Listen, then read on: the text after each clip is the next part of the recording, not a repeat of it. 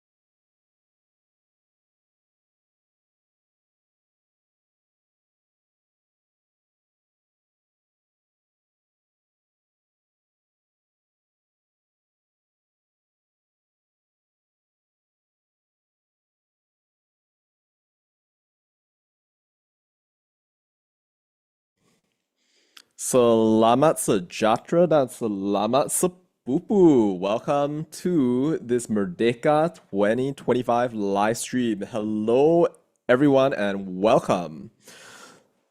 Now, we are just getting started right here. I can see that there are two of you already. I think it's just literally one person apart from me. Thank you for dropping in. All right, so where are you from, Sepup? Let me know down in the chat. All right. Okay, well, this camera's kind of like moving around right here. I need to like stop it. Okay, great. So, hari ini kita akan berbincang sedikit tentang no justice, no merdeka. I think that some of you might actually know about this. I'm not sure if anyone has heard about this idea before, but maybe let me tell you guys a little bit about what's happening right here. But yeah, let's go right ahead and have a look. All right, hadir, everyone. All right, cool. So I don't know if you know, but actually there's going to be like this rally, right, for the late Zara Qairina. It's actually going to be happening right. Well, it was supposed to be happening actually, and there was supposed to be one on August the 31st. And in fact, there's also supposed to be one like this evening actually, but like it was really cancelled. And there's a whole lot of like this discussion really about how this was actually supposed to be allowed and it was supposed to be allowed, that kind of thing. But it turns out that that was actually not really a thing. So there is an open question about what is actually going on. But anyway, welcome one and all. Hello, Sepups. I don't know if I did that telepathy right here to get you into this live stream, but selamat datang and welcome. Where are you watching from, Sepups? I'm gonna type right here, apa kabar? All right, great. So I know that it is literally just a couple of hours from midnight, and we are going to be celebrating Merdeka. So happy Merdeka to every single one of you right here. I actually used a little like straw for this like flight right here, but unfortunately my straw was for some reason destroyed, so I don't have a straw at the moment. But anyway, yeah, this is what we've got. No, don't go crazy. Okay, all right. Okay, perfect. Yeah, this is what we've got. Anyway, so I thought that I'd do a bit of a activity today. So let's go right ahead actually and start right here by giving you a bit of a question. So yeah, for those of you actually who are interested to participate, I have a question for you. How do you feel about Merdeka 2025? How do you feel about Merdeka 2025? All right, so there's a bit of a Slido right here. So I am going to give you right over here and right now this little QR code, which you can actually go right ahead and take part in. You can also use the joining link to vote in this poll right here. Yeah, you can use the Slido and take part. Yeah. How do you feel about Merdeka 2025? Do you feel good? Do you feel bad? Do you feel neutral? Let me know in the chat and also in these good old-fashioned comments as well. Yeah, so let's go right ahead. It should update live right over here. Yep. So join whenever. You can go over to slido.com and use the code over here to take part in the poll. How do you feel about Merdeka 2025? Too many political bullshit this year. Yo, bro, like, I totally get you 100%. I 100% agree. Lunatic, what can I say, man? Like, politicians got politic. Like, this is what they're doing. It's pretty crazy to watch the way, I think a lot of stuff have been going on. I mean, like, what, with the flags? Then after the flags, then you've got like this justice for Zara thing, and then like people just going crazy left, right, front, and center. It's insane. So I don't really know what to say, but like, how's everybody thinking about this? Like, are you going to be like celebrating? Are you going to be going out? Bad. Oh, we have our first vote. All right, great. So too many political bullshits this year. We have a bad 100%. Come on, guys. Like, where's your Jati Diri? Like, I don't know, like some people like they like to say like Jati Diri or something of that nature right there. So like you've got this flag right here, which is somehow or another throwing off the camera. I don't know why it's doing this, but interesting. Anyway, go right ahead and vote. Vote, Sepups, vote. So like right here, I mean like how do you feel about Merdeka 2025? That is the question. If you have an opinion, then go right ahead and join the Slido, and well, let's go right ahead and vote. Let it be known what your thoughts are at this moment. Yeah, I mean, when it came to actually like celebrating Merdeka, I think like a lot longer ago, like a long time ago, I think that it was like very peaceful of an experience. It was just kind of like, you sit down and then you watch like the National Day Parade kind of thing. Like back during the time where we actually had TVs and everything. And yeah, so for me, I guess like it was kind of an experience I didn't really like think about too much. I don't know what kind of kid really thinks about Merdeka like all of the time. I mean, like most likely you don't, right? Like you just think to yourself that like, oh, okay, like you're in this country right here, you're celebrating National Day, and you just don't really question it kind of thing. Maybe like it's just when you're a kid, right? You just don't really question your environment. You don't like ask yourself, oh, like could it actually be better? Could it actually be a somewhat better life kind of thing? Of course, like when you grow a little bit older, then it starts to dawn upon you that maybe, well, things change a little bit and you start just learning a lot of different things here and there.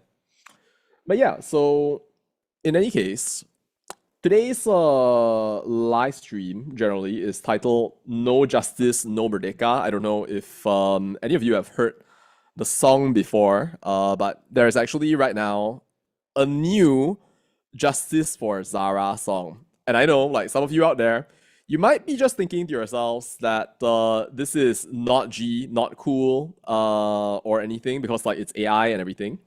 But yeah, right now on TikTok actually, so you've got this series Justice, and I know like some of you out there, and I know you might be just thinking just like in line. You might be just thinking to yourself, no justice, no this is not G or already, but like AI or anything because like it's AI and everything. Yeah, but right now yeah, so right now you've got you've got series Justice, and I know like series out there, and I know like some of you out there, and I know you might be just thinking like no justice, no just not G, not cool, already, but AI or anything because like it's AI. Yeah, but right now, yeah, so right now you've got you've got series Justice, and I know like series out there, and I know like some of you out there, and I know you might be just thinking like no justice, no just not cool, AI, but yeah, but right now, yeah, so right now you've got you've got you're right, Justice, and I know like series out there, and I know like some of you out there, and I know like there's like no justice right here, no just not just like like how but yeah, right now, yeah, right now, goes like this. No justice, no justice. I know, and I know, like if you out there, in case you might just goes like no justice right here, no just not just like yes, like how right now, yeah, right now, it goes like this. No justice, no justice. Actually, not and I know, like if you out there, in case you might just goes like no justice right here, no just not like yes, just these moments right now, little right right here. So anyway, like, no justice, like, going if you are hearing this, you might think there's like no justice right here. Yeah, actually, that's not what right here. So anyway, like, no justice, like, going if you are hearing this, you might think there's like no justice right here. Yeah, actually, that's not is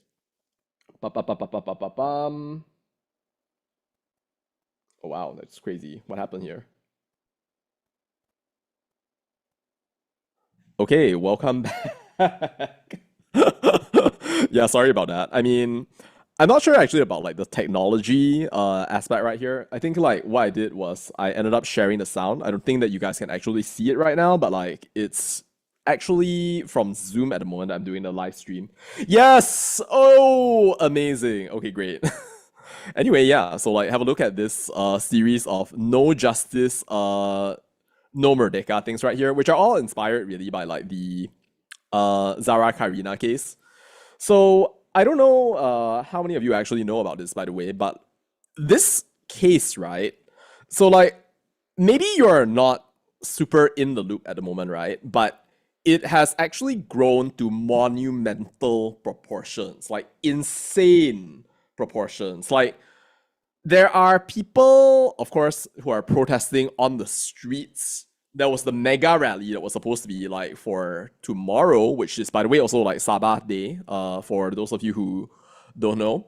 So Sabah Day, that's also an interesting thing, by the way. So like Sabah Day is actually the day when Sabah first gained self-government, which basically means that it had the ability to just like rule itself. It was never really like a state on its own, right? Because like colonialism and stuff like that. But on the same day, basically, as the country gained independence, so then from there, then it ended up becoming Sabah Day on that specific day. But anyway, so don't know how many of you know, but like there are apparently a bunch of people at the moment, right, who are thinking of like boycotting the whole Merdeka celebration. But not just the Merdeka celebration, by the way. They're literally thinking of boycotting the Sabah state elections because of the Zara Qairina case, which is crazy. I mean, it's interesting. But anyway, go back. So like going back to this right here. So we have the Slido poll right here. So how do you feel about Merdeka 2025? Yeah. So like I heard about that actually. So like it's supposed to have happened a little bit earlier on. I don't know whether the rally tomorrow is actually going to happen though. Like, do you know if it's going to be happening? Yeah. Anyway, so back to the joining link right here. I am going to go right ahead and send this over. All right, great. So yeah, I mean, it's a bit of a crazy experience right here. Like what could have actually happened. But I heard, right, that people are literally just not going to vote in the Sabah state elections. Like they're literally going to be throwing away their democratic privilege just because of the Zara case. So not sure how we feel about that, but it's interesting. But anyway, kind of going, right, into a bit of more of a general discussion right now. So this year it is 2025 and going from 1957, our first Merdeka, that is a grand total of 68 years. We're 2 years shy of 70. And sometimes it just makes you kind of like reflect, you know, like think about where we're actually going and what we're doing at the moment. Because like sometimes, you know, like as a Malaysian citizen, I'm like looking at what is happening in this country and I wonder to myself, you know, like are we actually going forward or are we staying the same or are we going backwards almost? So there is that question that is on my mind, right? That a whole bunch of different things, you know, like just make me reflect on, especially like what with what has been happening recently right here. And you know, I think back to all of those days when we just like had started out, right? Because like, you know, I read about history. You know, I read about like these moments right here with like Tunku Abdul Rahman and how basically he fought for independence, right? But when you grow older, you just start realizing almost that, like, going back to those days, right? It feels like it will be so amazing, or it will be just so wonderful, right? If he were really like leading us back again. But it's interesting because when you start looking almost at like all of this stuff right here, you start realizing that maybe, well, it's not so ideal, right? Like we see this man right here, we see the idealism of Merdeka, and we think to ourselves how wonderful it would be if only he was still there. And actually, I'm gonna show you guys this. I don't think that it was ever made public before, but like I made a poll actually just like a while ago, and it was on my video, right?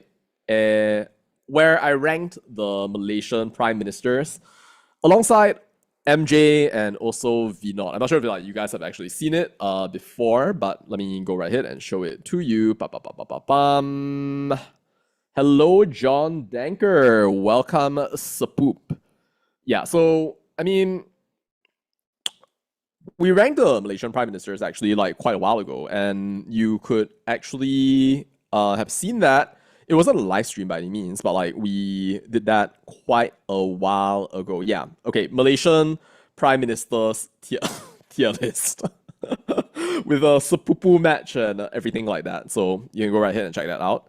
Anyway, the result actually of that tier list is right over here. You might notice that the results are a little bit interesting and weird right here, and that is because I think that this poll was hijacked by Mahathirists over the course of time, which is one of the reasons why, right? I think that, when it comes to these polls right here, you can never be too careful. You can never like rely upon them like too much right here. But it was also sometime like after Anwar had become like the PM, and people were starting to get like pissed off because like he was like donating all of our money into Palestine at some earlier point without consulting us, and then like saying that like he's on the side of justice and everything like that. So it is it's interesting for sure. But what I'm going to show you actually is like another better poll. And the reason I say it's a better poll, right, is because it wasn't actually manipulated. I did this like way, like just right after, well, Anwar had become the prime minister, right? And then like here you've got like the result actually. And in terms of like how Malaysia really like views the different prime ministers right here. You can actually see right here, Tunku Abdul Rahman as A, Mahathir first term. Notice that there are like two, right? So like you've got like the Mahathir first term and then Mahathir second term, right over there as B, and so on and so forth. So if we were to name all of the prime ministers, who here can name all of the prime ministers? Name all the prime ministers, please. That's right. Go right ahead and let me know all of the names of the prime ministers. Come on, guys. Like you should be able to do this. You should be able to do this. I'm sure you can do it. Yeah. That is interesting to know. But the point is, like Tunku Abdul Rahman is right at A rank, which is very interesting because I don't know how many of you actually know, but like the ideals don't really match with like the reality so much, to say the very least. And I'll go into that in a little bit, just a little later. But yeah, let's see. Rogue Lunatic. Oh yeah, donating our hard-earned tax money to a useless place is really dividing Malaysia. Well, I mean, that is slightly more harshly than I would put it, but well, the effect, we can say, in terms of like referring to like say economic value and the range of other things, see, they did not do the best with that stretch of land. I mean, we could talk about that, but you are effectively right. Although I guess like some people might say that like the donation that the United States is making to Israel is kind of like a cash sink as well, to the tune of billions of dollars. So if we think about that, maybe there's like a range of different ways of looking at that situation, which is interesting. Oh wow, Road Lunatic, you're actually doing it. Wow, you've got Tunku Abdul Rahman, Tun Razak dun dun dun dun dun dun dun. Oh come on! You went straight to Muhyiddin? Come on, bro. All right. You know what? Okay, fine, fine. You know what? Like I can see the effort. I respect that. I respect that, bro. I respect that, bro. Like good stuff, bro. Like you go. You're a champion. This is amazing. Okay, you might actually be completely successful at this point right here. Love it. Um, yeah. Let me show you actually like this interesting idea right here, which comes from actually a little bit of an interesting prophecy almost. So I made a video actually a while ago that was titled, in fact, the let me see right here. Rahman. Yeah, okay. This is a video I made. The Rahman prophecy. So actually, like this was something that was going around, right? Like quite a number of years ago. I made this video like a ton of time before this channel was even popular at all. And yeah, so this actually is kind of interesting. Oh, P Rahman Razak Rafizi. Love it. Yeah. Not in this case. So it goes actually like from Tunku Abdul Rahman, Abdul Razak, then Hussein, and then so like Hussein, interestingly enough, is the Bapa Perpaduan, Mahathir, and then of course then you have Abdullah Badawi, whose funeral I attended a while ago. Then you have Najib. So then like that was actually like the Rahman prophecy in action. You know, people were actually thinking to themselves that there was going to be a Mahathir prophecy. Because like what was it again? Yeah, so like Najib, then Muhyiddin, and then you had Ismail Sabri Yaakob. So that didn't really turn out right there. But yeah, what do we have right here? Rafizi becoming the PM is kind of like we would wish. And yeah, I don't know if that's actually gonna happen though, because like of the way that he's been really like pushed out at the moment. If you believe the Damai faction, then it was a fair contest. If you were following the Hero faction and all of the rallies with Dato Sri Rafizi, then maybe you might think a little bit differently. Not sure what everybody thinks about that though. But I promise you that I was gonna go a little bit more into this idea of how like maybe like things are not so ideal, right? So I think that so many of us, right, we think about this Tunku Abdul Rahman as being like one of the most wonderful individuals in the entire country, really. But we could also say that maybe he was either, and I'm saying either right here because like it's not a definitively settled thing. Either he was robbed or he was not a good leader. I'll tell you why right here. So like, in fact, like this requires me to go to ChatGPT and like that'll actually like put a story out for you very well. Talk to me about the end days of Tunku Abdul Rahman's administration and also about how his relationship with Mahathir was. Talk about the events that led to Mahathir being kicked out, particularly the poison pen letter, and also talk to me about how Tunku Abdul Rahman was viewed as a leader by the Malays and consider this issue from multiple perspectives, not just the standard historical narrative, but also from a range of different possible perspectives. All right, so let's see. It kind of like transcribed Abdul wrongly. Yeah, but anyway, have a look at this right here.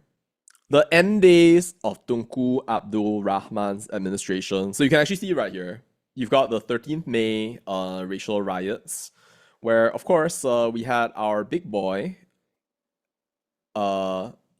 This big boy right over here, Mr. Razak, take control.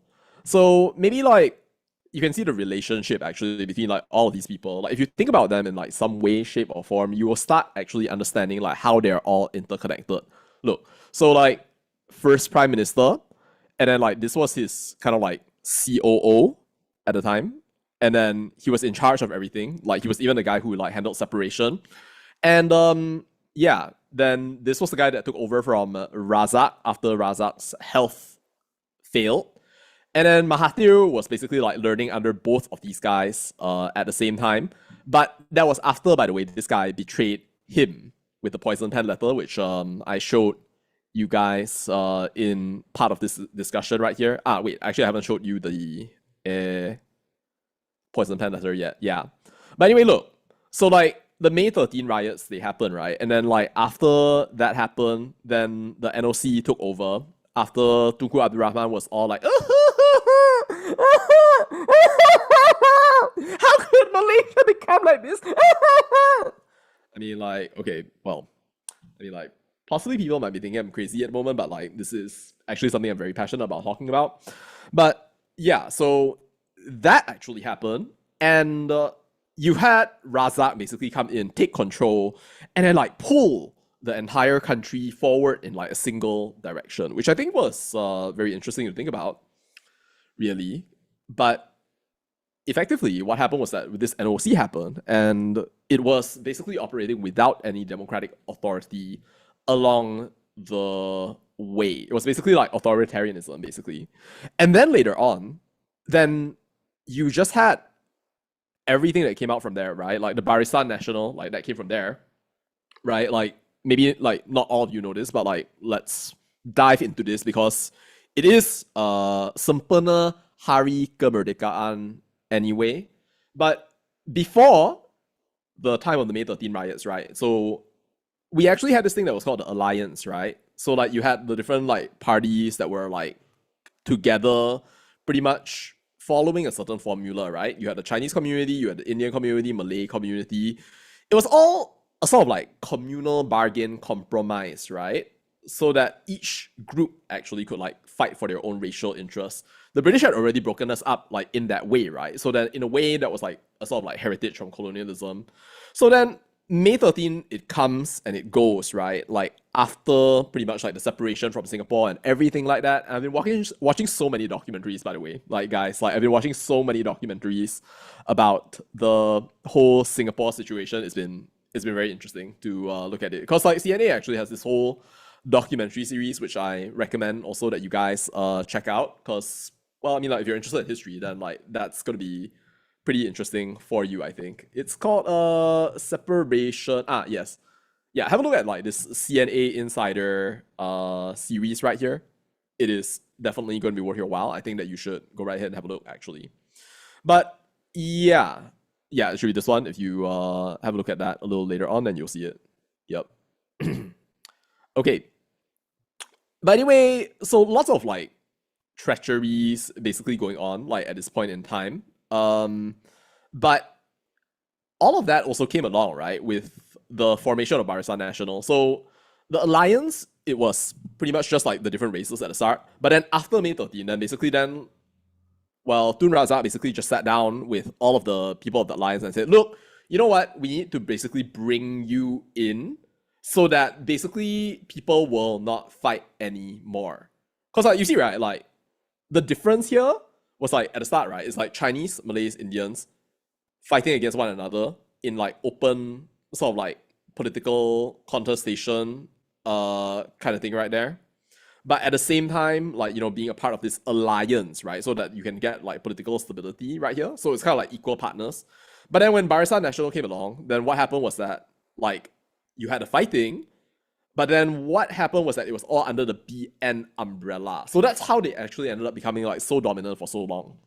But anyway, it's interesting to note that you've got Mahathir saying that Tunku Abdul Rahman was actually horrible and writing a letter and saying that, look, you know what? Like, it's because you didn't care about the Malays.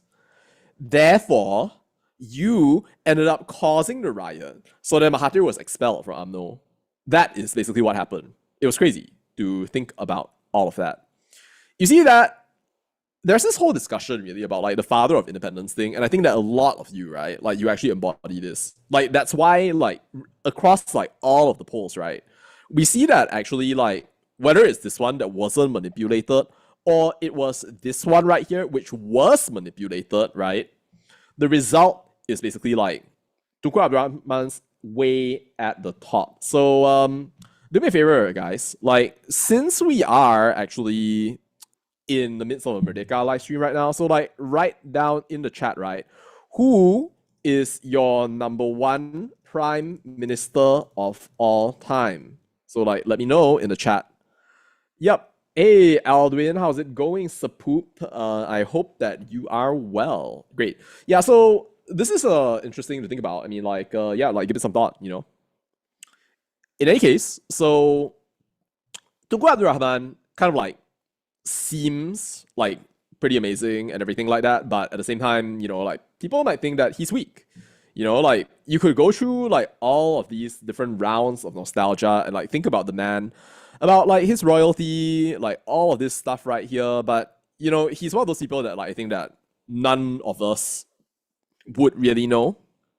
I think that like his grandchildren are still around, and you could basically like ask them if you happen to know them for some reason right there, although I think that they are most likely to be biased.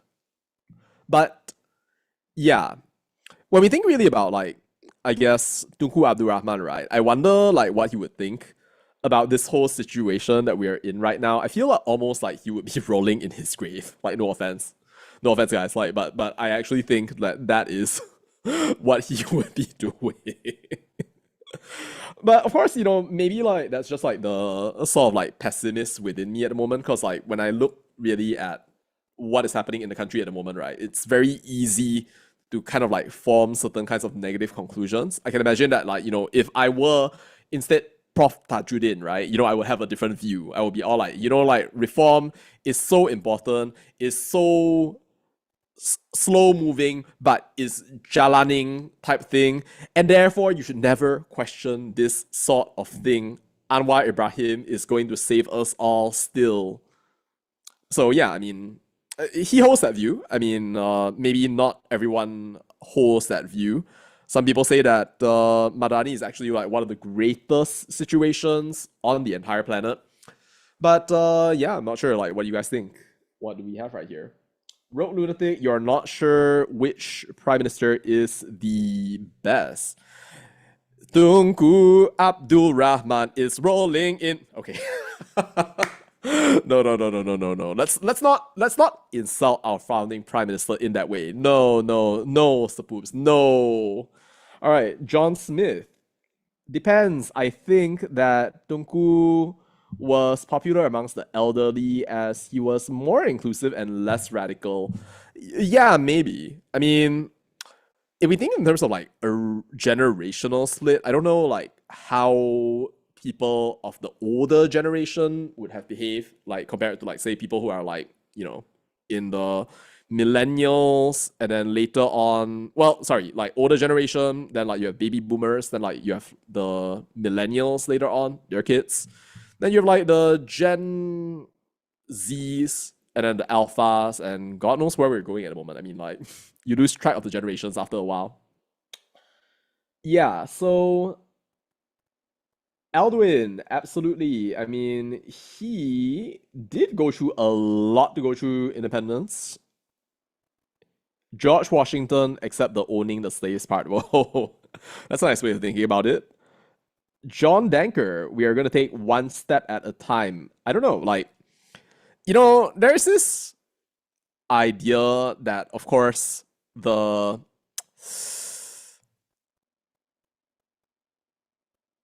great poet and also philosopher Lao Tzu once declared, right, that, and I'll show it on the screen actually, the journey of 1,000 miles begins with a single step. I don't know like if any of you have heard this before. You might have heard it in Chinese, but anyway, it's from the Tao, the Jing. This idea that, well, even the longest and most difficult endeavors really like start with like a definite starting point. But actually, the thing is though, when I hear about this, right, I tend to think of another proverb actually. And this actually comes from a separate work from across the ocean, perhaps. Well, not really like across the ocean if you think about it, like because Europe. But yeah, maybe some of you who have studied biology before would have heard of this before, and it comes from this idea that is known as the Red Queen hypothesis. I don't know, like there are some of you out there who studied like evolutionary biology before, but like it is an idea, right? That comes along with a little Wikipedia article of its own, but the most important thing to consider is this. Now here you see, it takes all the running you can do to keep in the same place. So this is kind of like interesting to think about, because well, it's actually a scene, right, that takes place in this Alice in Wonderland crazy universe right here, where the guy who wrote it was, I don't know, like, I don't know what he was smoking, but like, it would have been very interesting to know what was on his mind.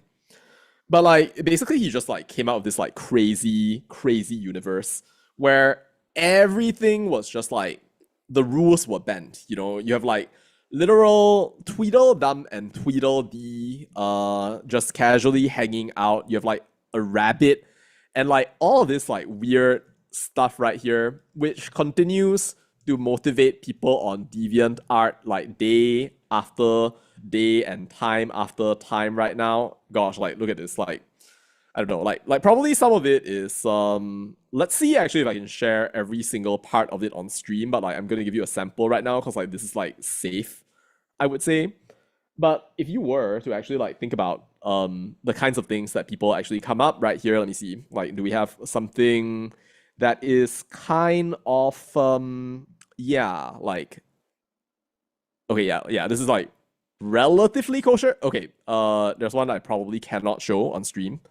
But like, okay, yeah, stuff like this basically. Ba-ba-ba-ba-bum, ba-ba-ba-bum, ba-ba-ba-bum. All right, I'm just like casually showing you the PG stuff right over here. But yeah, I mean, like people come out with like all this stuff right here. But the point of this is, right, that when they said the stuff about like how it takes all the running that you need to stay in the same place, well, it's that when you're kind of like moving forward with a society, right? Like you see the pace of this world, right? Like it is fast. Like there's a lot of competition. You have like shit like Trump tariffs. You have like people basically going out and then like trying to convert the entire world, whether secretly or openly. It doesn't really matter to them. Like from their perspective, as long as their religion wins, then somehow then the world is gonna be great. Semuanya akan baik. That's like literally just like how they view the world, you know? And like they actually take action to do that and like they try their very best in order to make it so that they can get their dream come true, even though that dream is going to be a nightmare for people. So when you think about like all of the things that are actually happening right now, well, yeah, like it seems that the universe is kind of like moving, right? With its own pace, you know, like we could be moving like 2 steps forward, right? But if the universe says like, look, we're gonna we're gonna pull you all back like 10 steps, right? Then in that case, then you end up at a net of 8 steps away, really, from like where you used to be. And of course, you know, it's very interesting to think about. And yeah, what do we have right here? OGV. Yeah, so like OGV.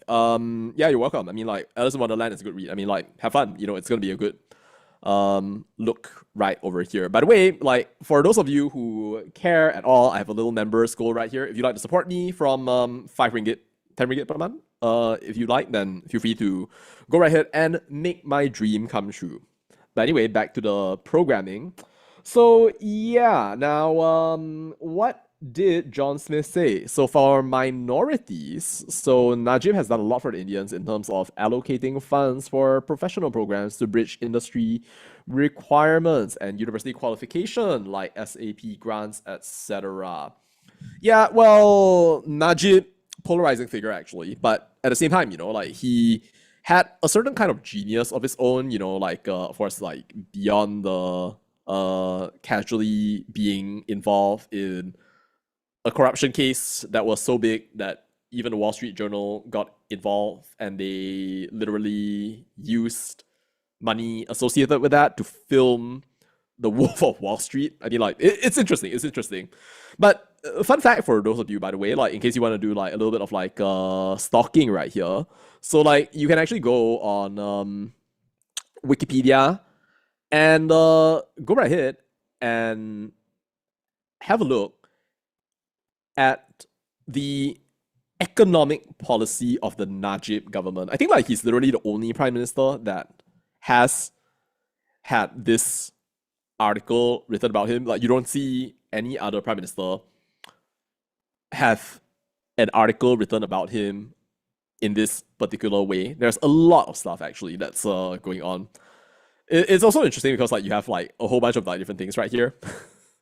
The assassination of Kim Jong Nam, Tangkap Najib rally, and a whole range of other things right over there. It's some interesting stuff, if you're interested in looking at that. What do we have? Rogue lunatic. Yeah, so religion-based law is retarded and biased. Well, I guess that the people who are under that law would probably not think that way, right? I mean, if you think about like the whole tale really of Andrew Chong, right? Like it's interesting to think about like why he ended up getting the reaction that he did, and also how he ended up, right, getting arrested along the way. So when it comes to like say religion-based laws, right, I think that we have to be very careful when we talk about like what actually happens to people, like how they face certain laws right here. Especially like when, let's say, for example, right, I am not a Muslim, right? So can I say that like the law is extreme in any credible way? Like for example, maybe if I am the kind of person, right, who would want to have an opinion, right, but it's not really an informed opinion, right, and I don't care like how I'm perceived when I say it, then maybe I can go right ahead and say that a certain law is extreme. But in reality, if we really, really, really think about it, right, so like I can say that maybe like something is extreme, but do I really have the capacity to judge, right, whether something is actually extreme or not?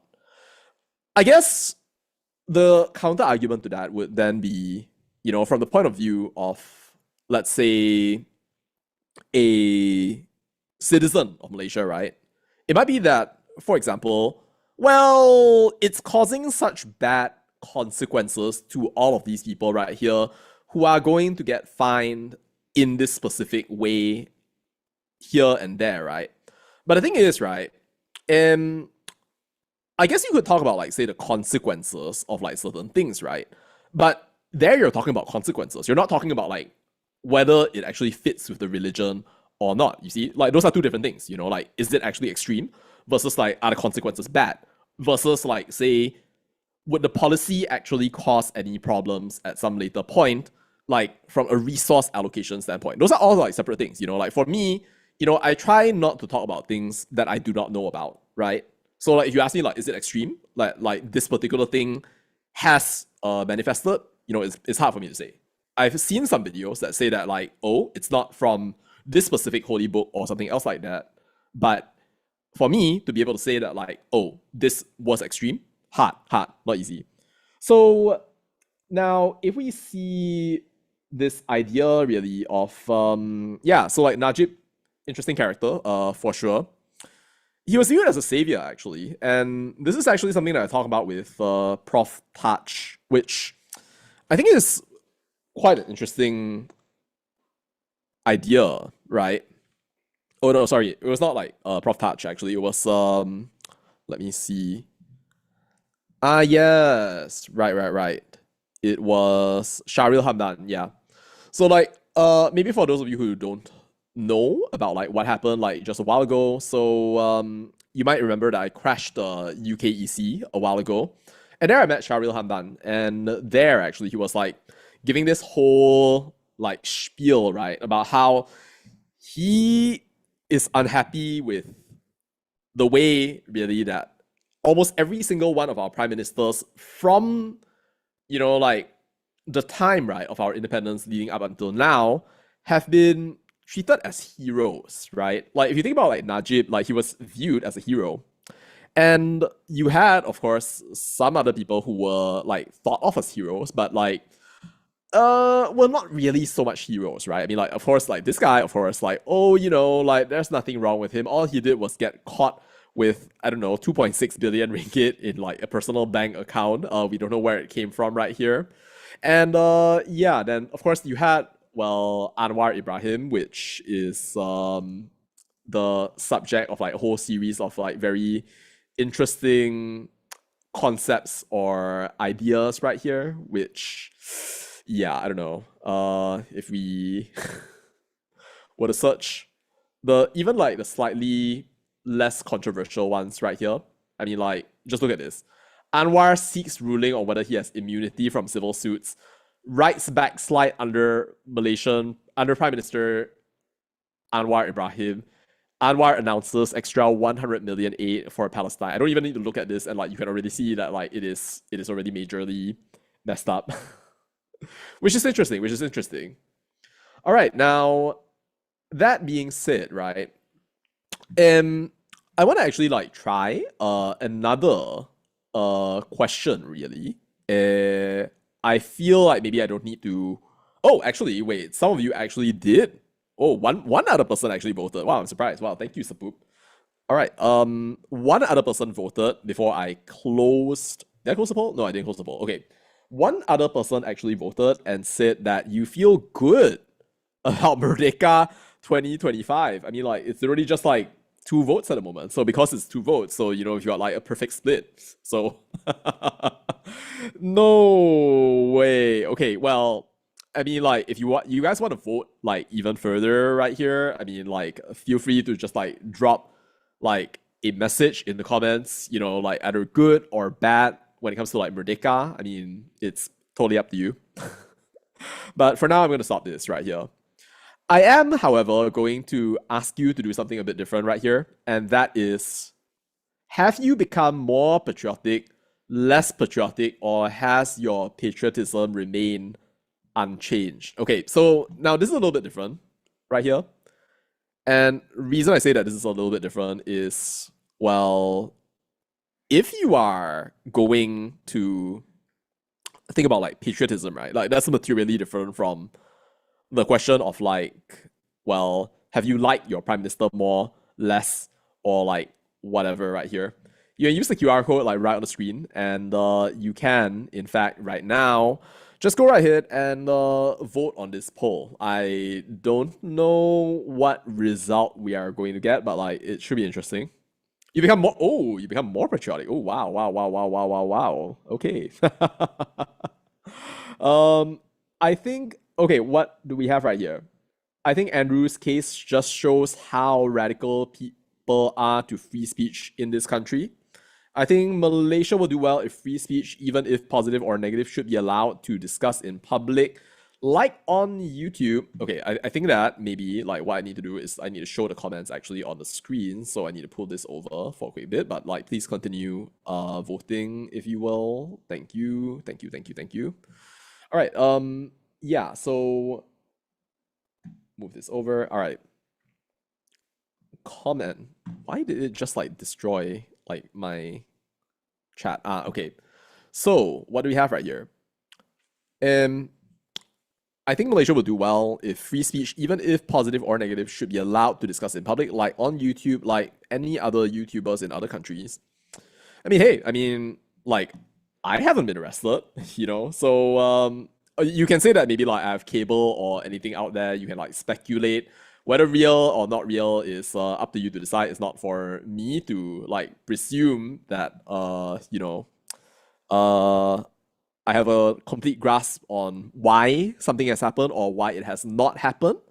And it's not so interesting to just go out there and like, be too firm or to speak about things that we don't know about. So I would say that things have gone fine for me so far. So I am unable to disconfirm this idea that freedom of speech does not exist for Malaysians. It's actually interesting, by the way, because like I've actually sent my own videos to this MCMC before and had no issues, and actually had MCMC help me in doing things like catch the slanderer. Well, okay. By the way, right, like guys, I found out who the slanderer is. I made a promise, right, to another YouTuber who turned out to be the English tutor of this particular individual that I would not involve him in this situation. And I am going to keep that promise.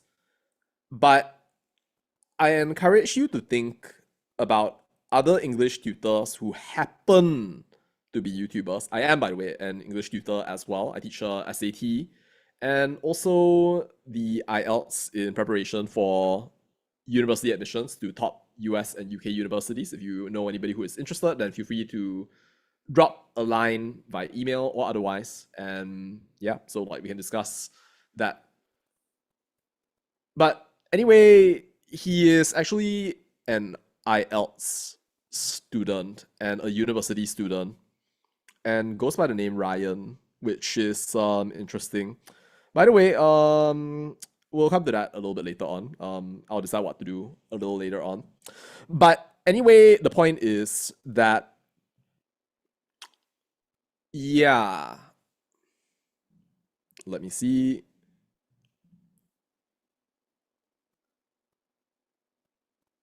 Okay, got back my train of thought.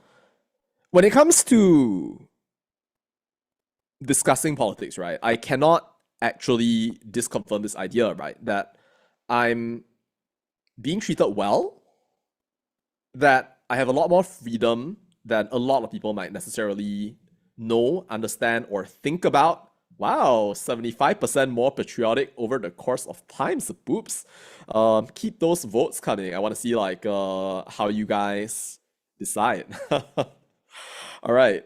But anyway, like I would say that like what I'm facing now is kind of like reflective of a higher free speech culture, which is something that credit is due where credit is due, right? Like I have to be fair about talking about. I can't very well be just going out and then saying that, oh, like the government is cruel, it's horrible, and everything like that. Because like I would say that like at least on that front, right, that is an area where we can say that there is this freedom, I would say. Now, it is interesting to think about where the limits actually are. And in fact, this idea of freedom is something that the Selangor Sultan actually like talked about a little bit earlier today, right? Like when he was talking about like freedom of speech, it was interesting. I mean, like, I don't know why he decided to say that, but just today, in fact, he was like saying exercise freedom of expression within limits. I don't know like who he was referring to. Maybe he was like referring to me.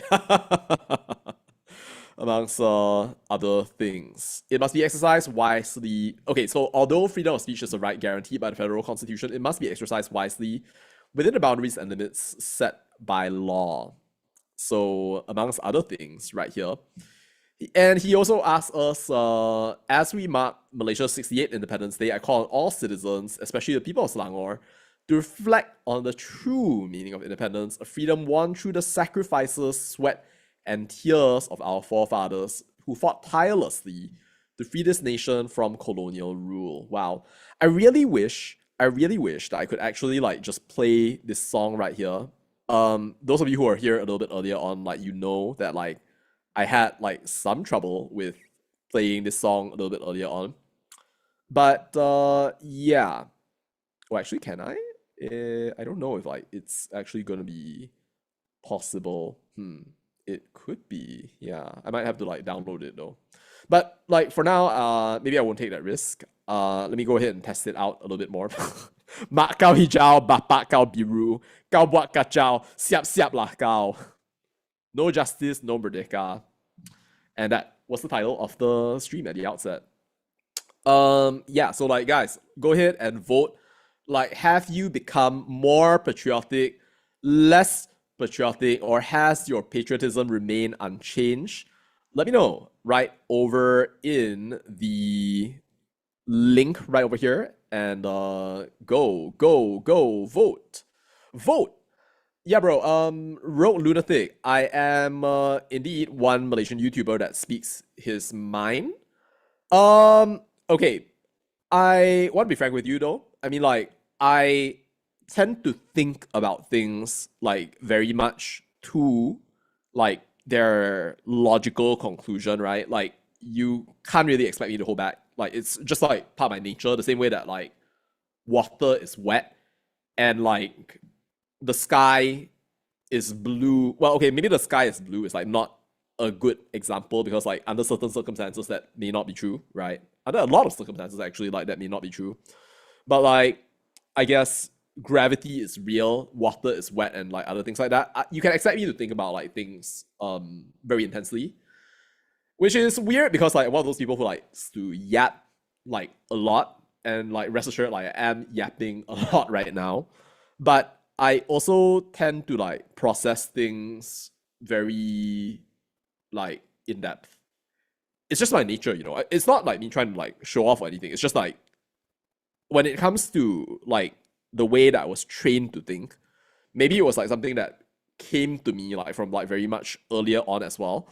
You know, like it just like appeared, you know, and I tend to like notice like certain things, right?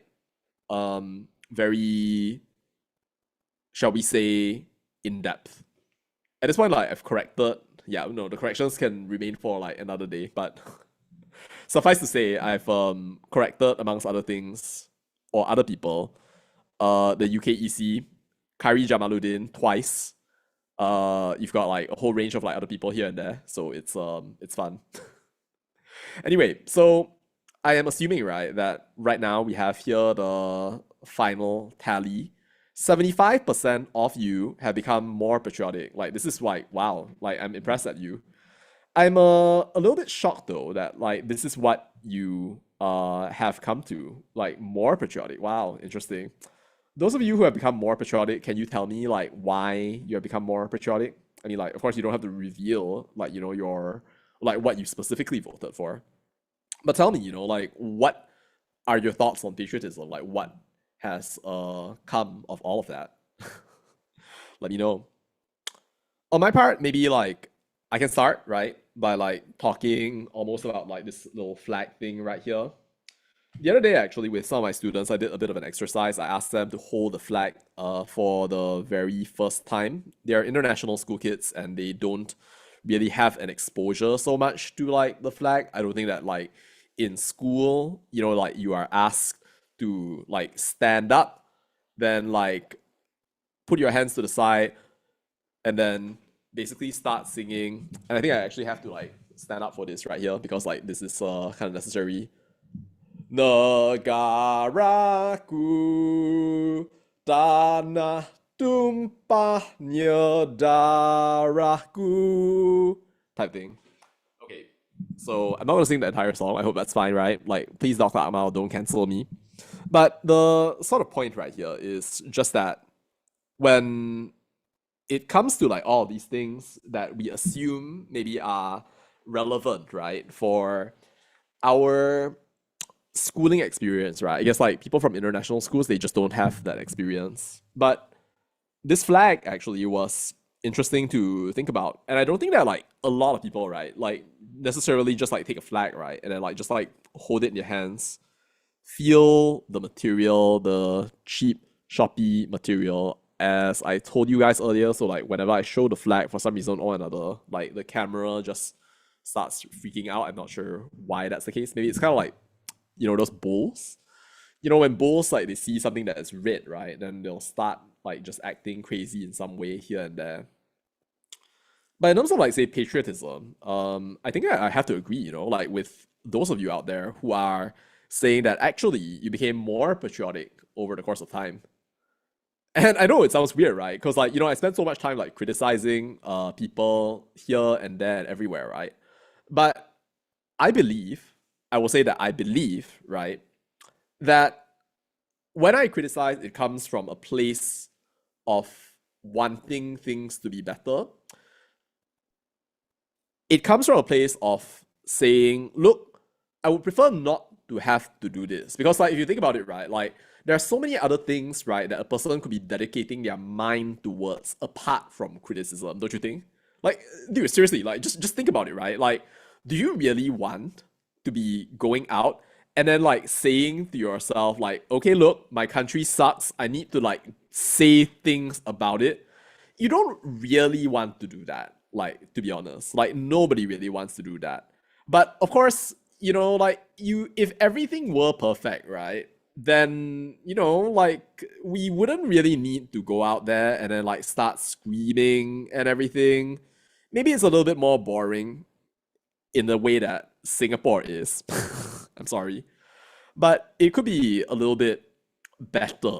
But for some reason or another, drama has always just been a part of the fabric of Malaysia. Don't you think? I mean, like, yeah, like it is Malaysian to be dramatic. Like that's just life. So in any case, it is unique to see this situation that we've got right over here, and to like think about it. Yeah, I wish though that somehow or another we would just have less drama. That I would have to like think a lot less about this. Like that would be so much better. Aldwin, love for my nation despite not being perfect, but also the willingness to make it better for others. I still love Malaysia, and that's why I feel more patriotic.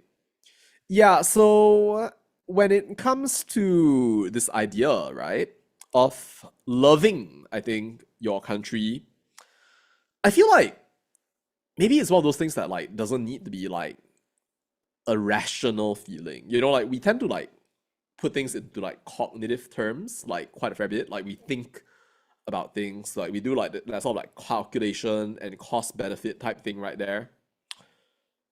I think that like if you want to do that, if you feel strongly about that, you should be able to do that. Like there's nobody who should be like stopping you and saying like, look, like you can't be doing that. It's your life. It's not mine, right? It's not anybody else's. Like they can write like any number of articles about like Jati Diri or stuff like that, but it's your life, Like it really is like how you want to exist in this world, the kind of person that you want to be. Like nobody can decide that for you. Like not me, not like your parents, nobody else. So for me, like at this particular time, in this stage, in this place, in this world, it feels somehow right to me to go out there and like talk about these topics, because I feel that somehow or another, like this country would be a worse place, right, if people were not to actually talk about these topics. If you get what I mean. But are there better places? I would say so, yeah. If my personality were different, might I have made a different choice apart from like living in Malaysia? I would say so, yeah. I mean, like, can I still make a different choice at the moment? I would say also yes. But for some reason or another, like doing what I'm doing right now with the live stream and with like talking to you guys at the moment, it seems somehow correct. We have here one more vote, and we are at 40% less patriotic at the moment. Ooh, wow. Now, I think that that's fair as well. I mean, if you feel less patriotic given what has happened in the past couple of years right here, I do not blame you, because it is a fact, right, that we have changed as a society in like a whole range of different ways. Like, come on, like all of this like religious race baiting, like all of that stuff that has been just repeatedly assaulting us, slander case, people saying that like, oh, Muslims must rule, non-Muslims must be pak turut, then like literally lying about the constitution day in and day out. Man, like it's crazy, like to think about it. Now, we have right here, Aldwin, you said something about whether as a Malaysian Christian you should, well, stay or you should migrate. Well, what's the conclusion? I don't know what the answer actually is. Feel free to let me know if you would like to. Now, we also have a question, by the way, from OG OGWE. I need to actually remember that. OGWE, what is the significance of Zara in the Merdeka celebrations per se? Okay, good question. Thank you for that. Well, now if you look at the lyrics really to the Zara song, so no justice, no Merdeka lyrics, right? So this actually let me see if we can actually get the lyrics displayed. I don't know whether you can actually get the lyrics displayed, but let me see. The Mak Kau Hijau remix. Okay. I don't know if we can actually get the lyrics.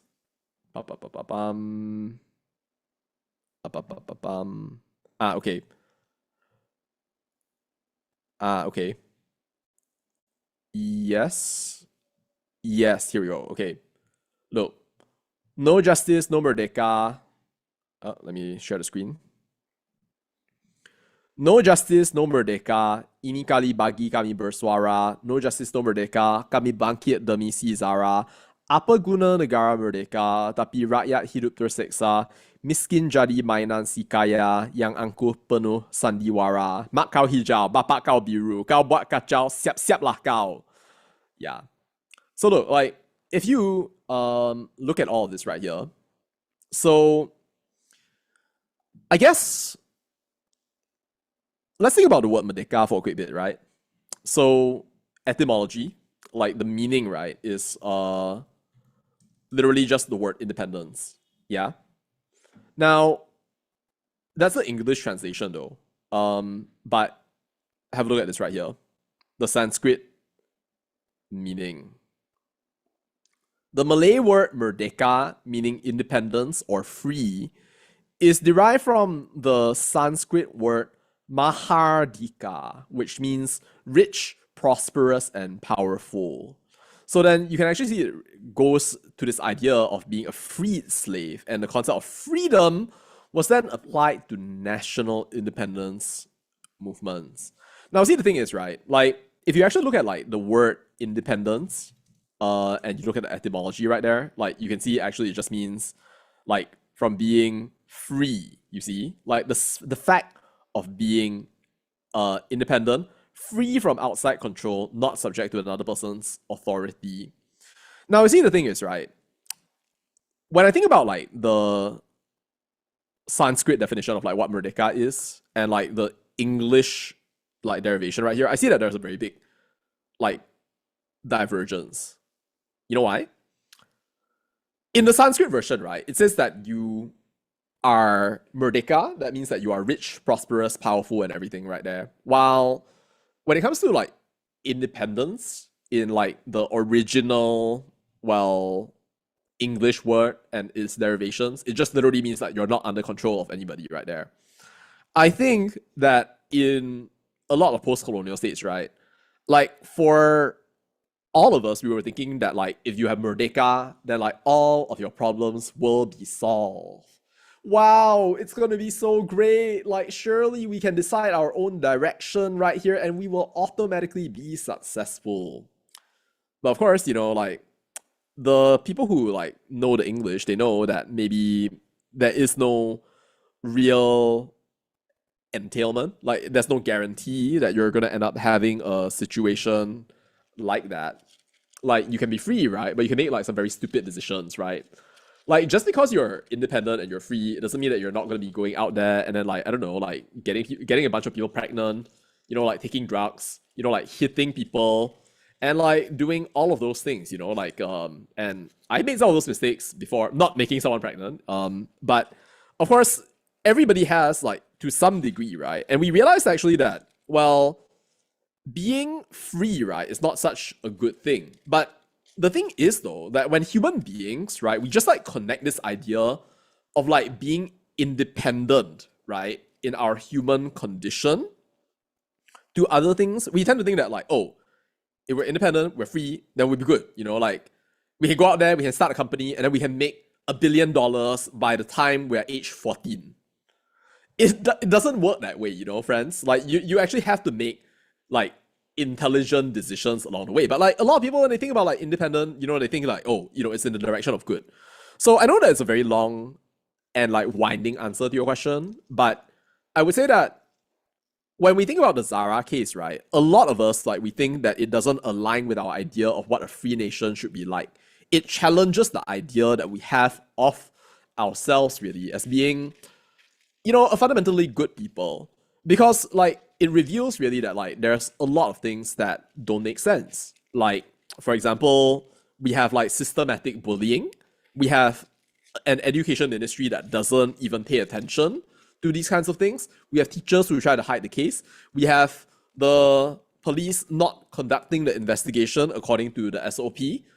We listen to people who say that there shouldn't actually be an investigation, right? Or post-mortem. In this case, like referring to the fact that the mother actually didn't want to have the post-mortem. And we don't question that authority. And then somehow or another, we end up in a situation where, like a child age 13 ends up being bullied, her life destroyed in a religious school that is controlled by the government. And it just like goes against everything that we imagine, right? Like if you think about it, like I'm not Muslim, but like I guess that like in terms of like the fact that she went to a religious school, right? Like I guess in the default mode of how people tend to like process the world, we think of ourselves as fundamentally good. And if you're a Muslim, right, like you're gonna think that like something that's connected to your religion is supposed to be fundamentally good. If you have a kid, right, that is living under this system of religious schools, which you basically put in for yourself by an act of Merdeka, and then the kid was killed, right? Does it not challenge your notion of like how things are supposed to operate? Does it not say to the you, right, who like basically designed this, who said like, look, we're going to have all these schools, we're going to train our children to think in a specific way, to have a certain specific articulation of what kind of person they want to be in this world as we create this new generation that is going to end up creating for us a better world right here. If you have that idea, right, and you wave your jalur gemilang like time and time again, thinking to yourself that it's all gonna be fine, right? But it gets attacked in such a way, right? I can see why those people are saying no justice, no Merdeka. Because it's like the entire world, right, seems to have like been broken in like some weird way, which like you can't really accept anymore. So like that's the very long answer to your question. Anyway, yeah, so like that's the way that I think about it. Thank you for the thought. Yeah. That is, yeah, Alvin Wong. I'm sorry, I wasn't actually reading the chat like so much. Like that was just like me kind of like riffing off from my head. Now, Jonathan Tan, Alvin, I think that I will not be doing the call in today. Like I've not experienced that before or thought about that, so like maybe not. But thank you for the offer. Jonathan Tan Sepup, can we even share this land with the elite Sepupus? Who is that elite Sepupu? That is a big question right here. See, right, like when you say the word elite, right? Like I mean like that's a word that has so many different meanings. Like in the same way that independence and Merdeka, right, it has so many different meanings. It's like when you say elite, right, it literally just means, like the class of people who are like the best at what they are doing, like within a society. Now, like, are they the best, like in every single way, apart from like say playing politics and like hanging out and then like just like mocking people day in and day out, while at the same time like gaslighting people into like giving out their votes? Like that's an open question, right? I mean, like you, I mean, like who is an elite, right? Like elite in what way? That's maybe something that you might want to think about right here. Unless of course like you're saying elite like in a way that is, decided by like the race that you were like when you were born, in which case then like, well, I don't think I agree with that concept of elite, but maybe you might want to revise like what you were saying and think about what you mean by elite. Yeah, so that's what I have. Ojiwi, wow, thank you for that. I mean, like, it was a good question. I appreciate your asking. Is Rogue Lunatic? Thank you. I hope that was beneficial. Alvin, yep, thank you for the offer. But kind of moving towards really the idea, right, of this Merdeka celebration. So, like, I want to open up the floor to all of you right here, and I want to ask, like, how are you guys going to be spending your Merdekas? Are you going to be, well, going out and then hanging out? Are you going to be, like, hanging out those jalur gamilangs, like going for a celebration, a parade, something like that? Anyone care to share a Merdeka experience? Please let me know. Yeah, it is interesting really for me to think about like what's going to be happening this Merdeka right here. I think in about possibly 2 hours we are going to have like fireworks, assuming that there is actually going to be this what do you call it? There's actually going to be fireworks, unless of course they decided that now because we have given 100 million ringgit to Palestine, therefore we can no longer afford fireworks. I'm sorry. Like, here, have this little sparkler right here. Oh, maybe we'll give you all like little red pens right here, or like one red pen per Malaysian citizen at the price of 1 ringgit each. Here, penghargaan luar biasa kepada rakyat Malaysia. Tahniah semua. Anda sungguh dihargai. Anda semualah yang menjadi wira negara. By the way, like, for those of you who have never paid taxes before, how many of you have paid taxes before? How many of you have paid taxes? Come on, come on, like, tell me, like, Wira Negara, like, this is your moment, if you're Wira Negara, tell me right now, like, have you paid taxes to LHDN before? Like, let me know in the comments. Have you paid taxes? Yeah. Oh, okay. Fun question. Have you paid taxes to the country before? Have you paid taxes to LHDN before? Let me know in the comments. Yes, please. Thank you. Okay. Oh, lunatic. Okay, great, amazing. You paid taxes for 3 years. Great, lovely. Andala Wira Negara. John Smith, having a chill one. Aldwin, go to church since it's a Sunday. God bless you. Wow, we have a cosplay event with a Merdeka special. Okay, wow. That is very nice. Like, it makes me wonder, like what kind of outfit you would have in this situation right here. Wow. I mean, like, it's just so interesting, you know what I mean? Like, wow, like a cosplay event with the Jalur Gamilang maybe? It just makes me wonder, It's very interesting. And in fact, it makes me wonder whether you are actually going to have an outfit that looks a little bit like, yeah, hold up, this one right here. You might have seen me like delaying for time, by the way. Like, that was actually me like just obviously delaying for time, but I couldn't find the link. It would have been nice to find the link, but unfortunately that was not really the case. Yes, okay, great. I have right over here the outfit that you should not be wearing like during your cosplay, right over on this thumbnail. Boom. This is exactly what you should not be wearing for your cosplay event. Do not have this for your cosplay event. Do not have a broken Jalur Gamilang with only 11 stripes and also a broken moon. As we know from Teresa Ting's 你问我爱你有多深月亮代表我的心. Don't wear this. Don't wear this. No. Don't do that. Don't do that. But you know, if you're going to be having like some interesting times like at a cosplay event, I hope that you'll have a good time. Like I don't know, like tag me on Instagram or something. Like if you want me to see this. But I mean, like you did say that you were. But to be fair, right? I mean, like you said that you'd be attending the event. You didn't say that you were going to be dressing up. I don't know. Like I feel almost like like somebody could be wearing one of these outfits kind of thing, like inspired by Akmal Saleh. maybe like just put like Akmal's face right over there.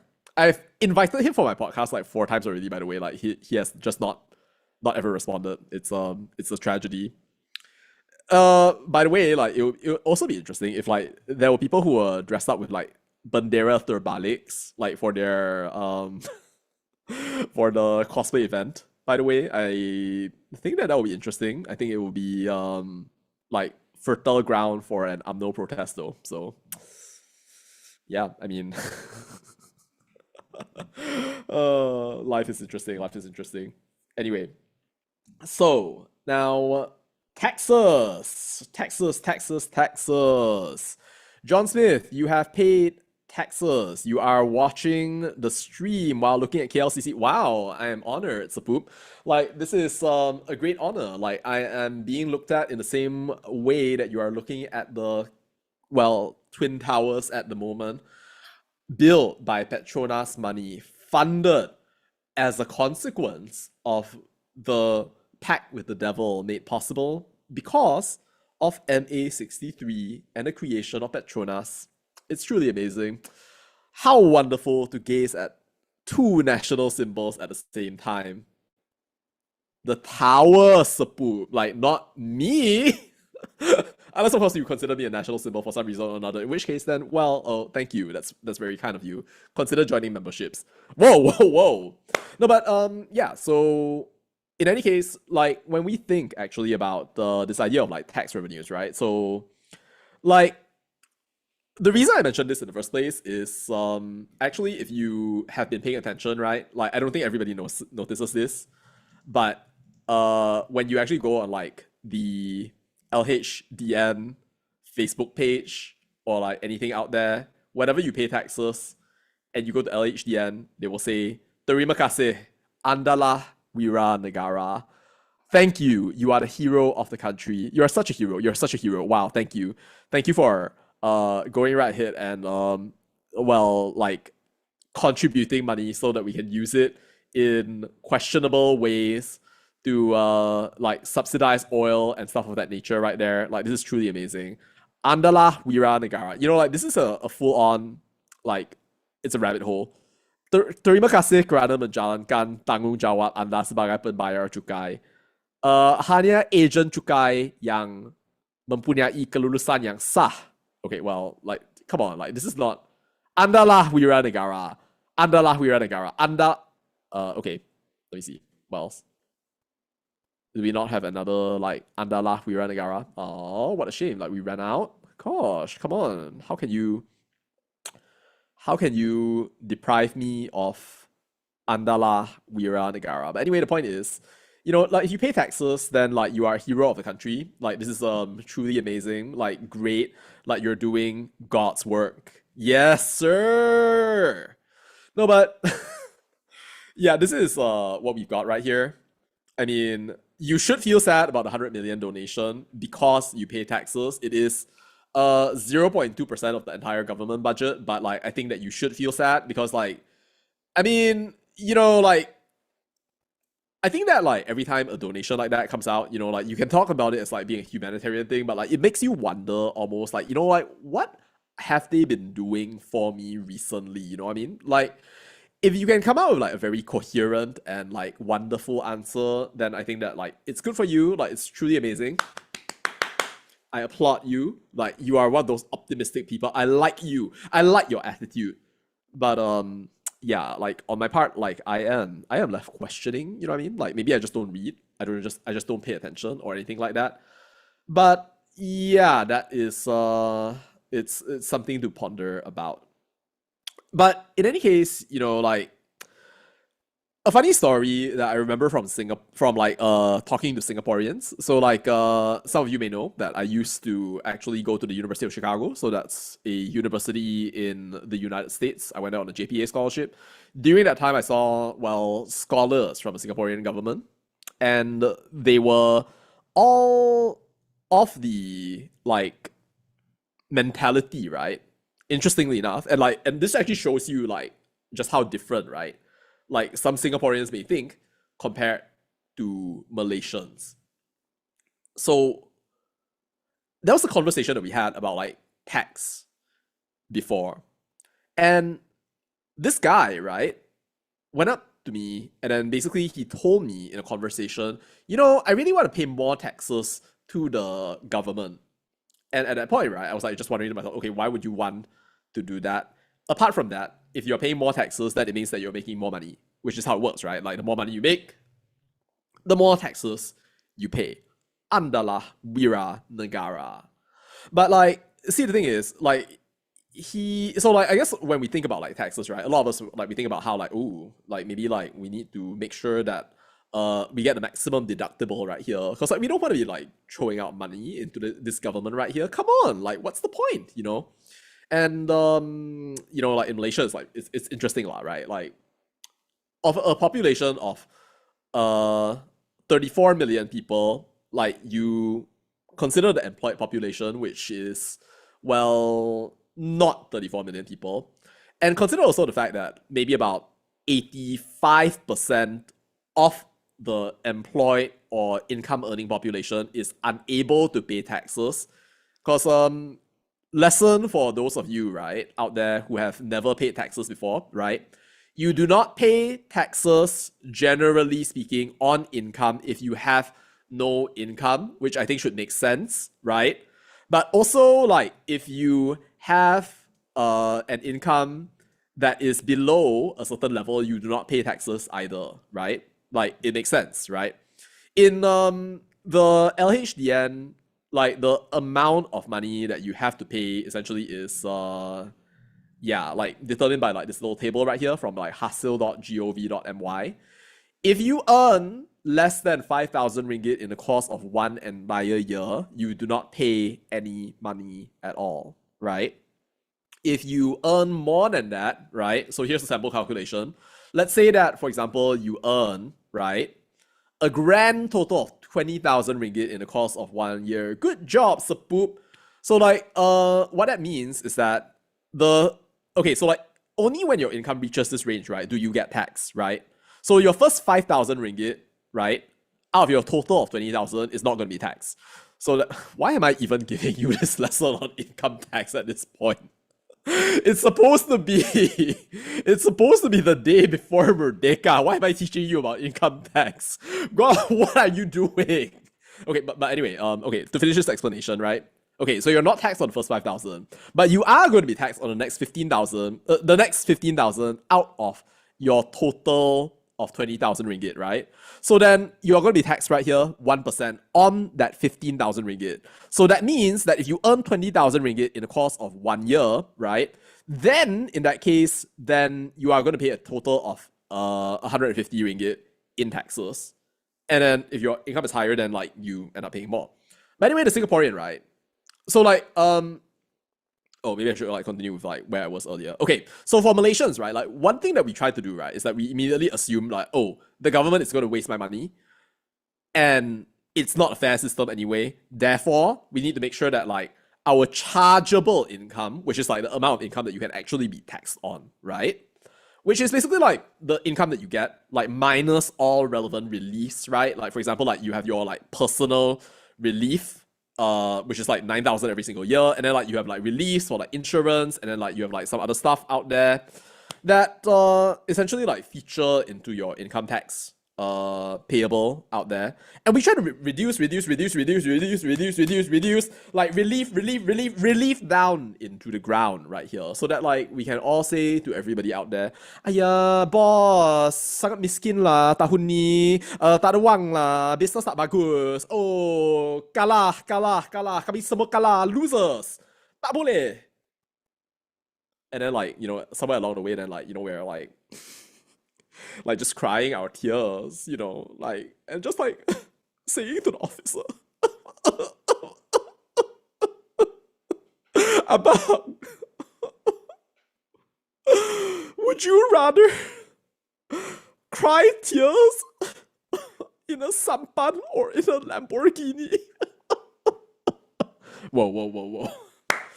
But in Singapore, right, like they have a different view of things, like they actually have this idea that like, I want to pay more taxes because I can contribute more into my country. And because I can contribute more into my country, therefore, like, that makes me a good citizen. because I trust in my government. I trust in my equivalent of Anwar Ibrahim, which is Lawrence Wong. I trust in my country to pull through and create something good with my money. We do not have that faith in Malaysia. No.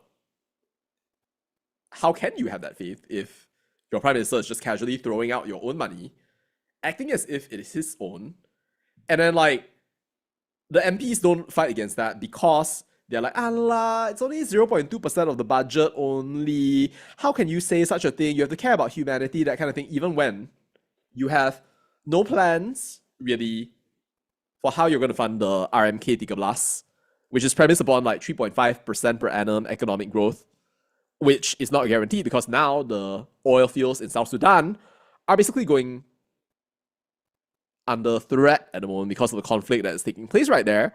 And the interests of Petronas are being compromised steadily and readily. Not just by that, but also by the fact that now, somehow or another, you've got lowered energy return on investment, or EROI. You've also got the contention, historical grievances of Sabah, Sarawak, because of the revenue split to which they were entitled but did not fully receive, and a whole range of other things along the way, which we could spout about like fairly along the way. But yeah, like would be possibly like a little bit too much yapping. Anyway, yeah, it is interesting to think about what is going on right here. Wow, I see that you have had a nice conversation going on right here about chili jam in egg fried rice. Wow, I'm like looking at this right here. Roger, I cannot think about Merdeka since seeing what is happening around. I am sorry that you cannot think about Merdeka. Let me go ahead and shake a flag in your face so that you can think about Merdeka. Like you don't have a choice right here. Oh my gosh. Why is this camera reacting in this way just when I show it the flag? God, okay, if you just came in, and you're thinking that like I'm unhinged right now, yeah, I am unhinged. You know why I'm unhinged? I'm unhinged because this stupid camera keeps on moving around, okay, whenever I show it this red colored flag as if it is like a bull. You are not a bull, bro. Like you are a camera. Like I am looking at you right now and I'm talking to you, the camera right now. And like these people are thinking that I'm talking directly to them because I'm looking at you right now and it looks as if my eyes are gazing directly at their eyes as I am talking right now and screaming at you, you stupid camera. How dare you make me look crazy on camera, which is, oh yeah, okay, fine, like you're working. Sepoops. Let's respond to some questions. This is kind of interesting to think about. Yeah, so like, what do we have? John Smith. LHDN loves me by sending birthday seasons greetings and updates, so they appreciate their wiras. Okay, great. I mean, like that's good. Clap, clap, clap, clap, clap.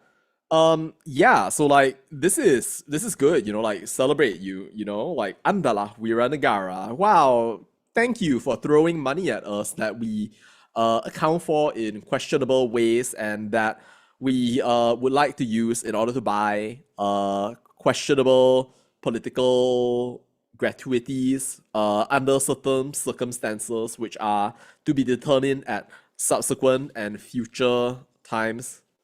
Gosh, oh my gosh, like this is, wow, like, you know what that reminds me of? That reminds me of a sign that I saw in Muji once that like basically had a promotion. I don't know if I actually have that like promotion right there. I might actually have it. If I can actually find it, I will show it on the screen. Let me just see right here. Where's my Muji promotion? Where's my Muji promotion? Bro, like where is my Muji promotion? Meanwhile, questions. Yeah. Will I celebrate Merdeka tomorrow and will I join any of the protests? Wow. Welcome, Tanya. Will I celebrate Merdeka? I mean, like, well, I guess like by existing in this country and like just like reflecting upon it, like, are you not celebrating Merdeka in a way by holding a flag like this and hoping to the high heavens that it doesn't cause your camera to go out and flip out? Like, is that celebrating Merdeka? I think it is, you know. That is indeed the thing. But am I going out to a rally?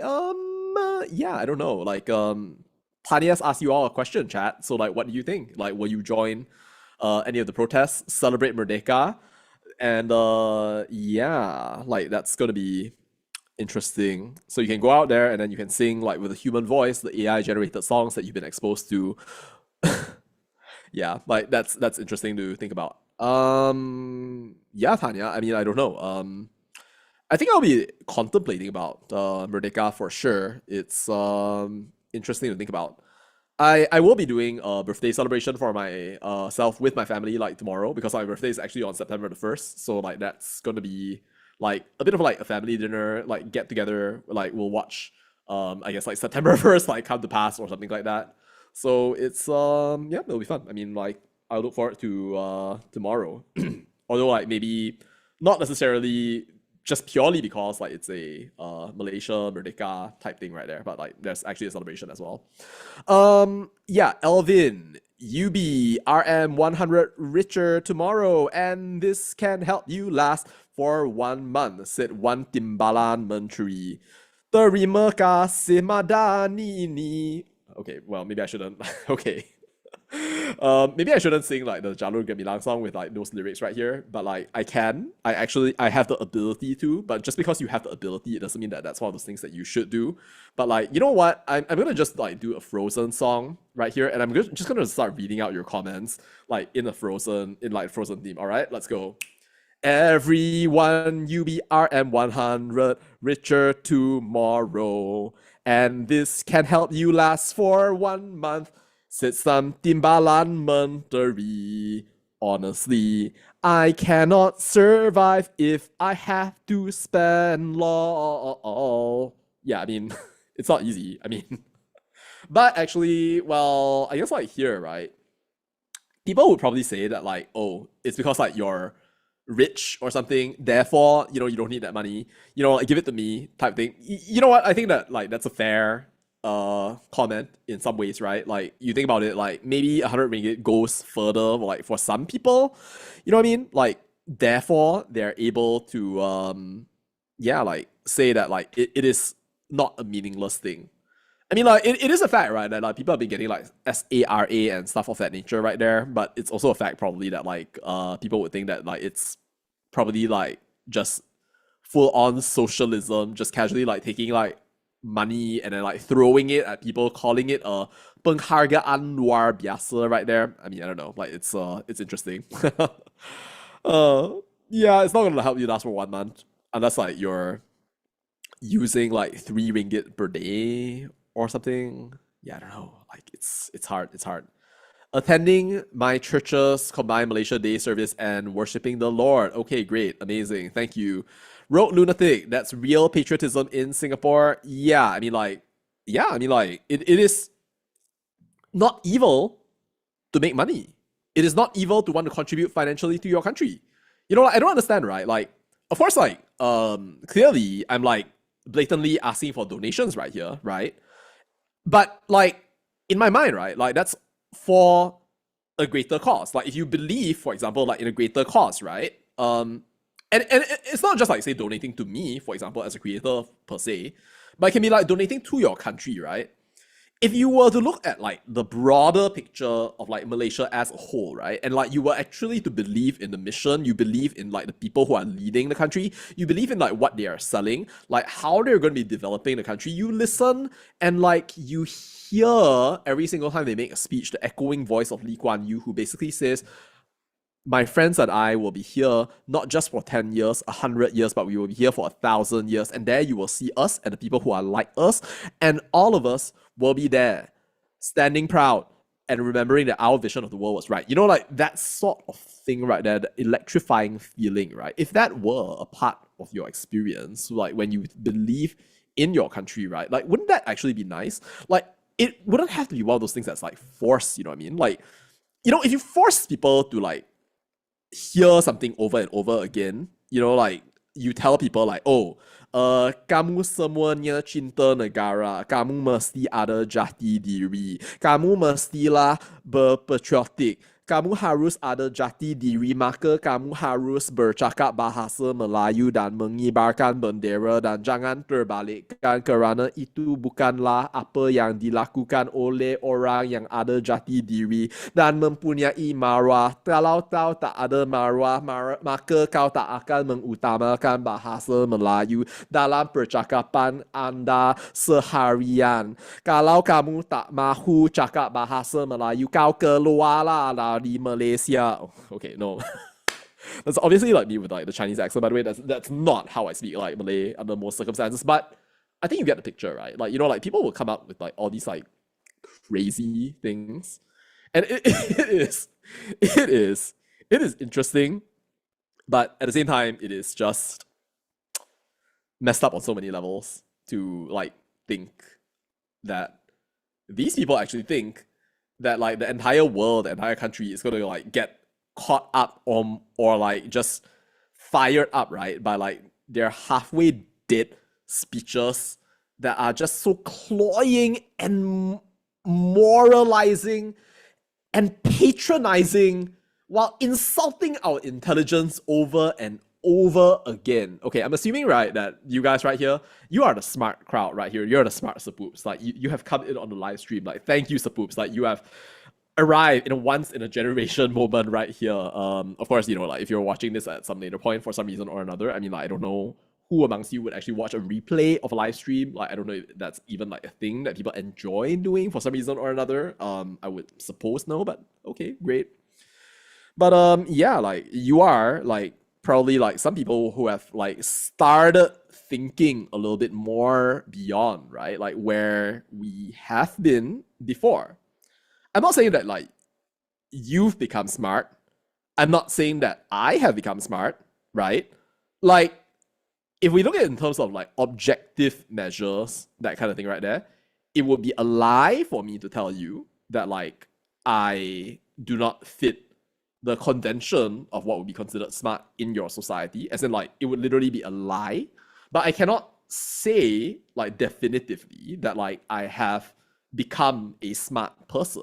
Like, if anything, like all that has happened in some ways is that like I have read maybe a little bit too much, and I'm just like am inclined to share certain things that you may not have read about before or may not have thought about in a specific way, you know, like in the hope that maybe somehow or another, like you will join that journey of like voicing out certain things that we collectively feel are colossally up about our society. Look at that. Like, that's a nice like censoring right over here. God bless you, Aldwin. Like, pray, amongst other things. Okay, no, I'm sorry. Like, that was a cheap shot.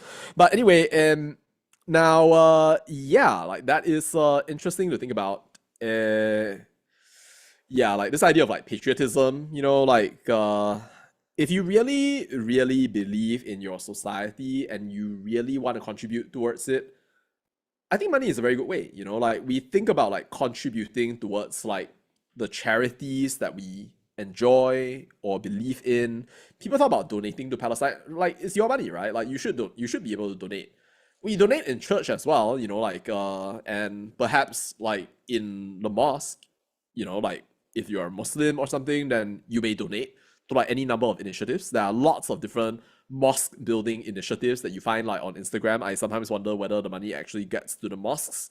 But at the same time, like, you know, if you think about like the churches and everything right there, like you could equally question whether all the money that's donated to churches goes to like their desired causes. But of course, like we will never really know, right? At the end of the day, like when you give as well, you know, like you are not always like completely going to be aware of like what is going to happen along the way.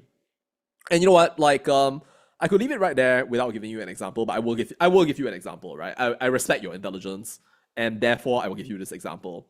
So like story, there was one time when we heard in my church, right, about like this particular person from Myanmar. I don't really attend like church that much anymore, but like we go for like online church and everything.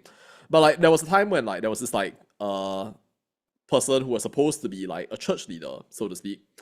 And they were serving the Myanmar church, and they were basically receiving like support from the church community because they apparently were running out of money. And like when I say like the church community, I don't mean like his congregation, the Myanmar congregation. Rather, he was like basically just taking money from like the wider non-Myanmar church congregation and like taking in money. And at some point, right, like after taking in money, like he just like started relying completely on like the English speaking church rather than like upon like any part of his actual community. And later on, I don't want to say that it was a scam, but it felt like a scam, you know what I mean? Like I mean like it was supposed to help the man like get up on his feet, but like I guess he didn't really like stand up for himself, and then as a result of that, like he just kept on being reliant, you know what I mean? Like I guess if we think about it in another way, you know, like everybody is kind of like suffering in that way. Like if you're like somebody from Myanmar, maybe you can't work and everything like that, then maybe it's like very pitiful, right? But then it just felt to me at that time that he was like making use of his position in order to secure the financial support by saying that he was a pastor. You know what I mean? Like, you know, like people think that you're a holy man, and then like suddenly then like they'll end up like trying to give you money or something like that. I don't know. Like just for me, it I don't know, like it doesn't feel like right, you know what I mean? Like maybe I've never really like just articulated it in that way, right? But of course, like I understand like the importance of money. We can't do like the things that we're doing without money. You wouldn't be watching this live stream if either you or your parents did not have money in order to buy the computer or the phone that you're using in order to watch this live stream or listen to my words right now, right? Like I wouldn't be able to do this if I didn't have money. And I've been very blessed. We can say that it's by divine power. We can say that it's by supporters. We can say that it's by like other sources out there, or we could say that it was by the whole forces of logic and reason that like I have what I have. But either way, it is what it is, right? Like we need certain things, but that doesn't mean that we can't have a certain like approach of like morality when it comes to dealing with these things. So question right there, let me see. Okay, education emphasis, yeah, like it would be great to have really like more education, but like I think that there's like some nuance to that because right, yeah, like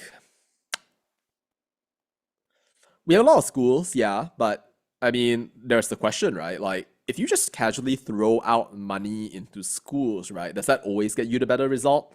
I mean, like, what happens if, you know, like, it's actually just not used well? You know, like, that's something that you have to think about.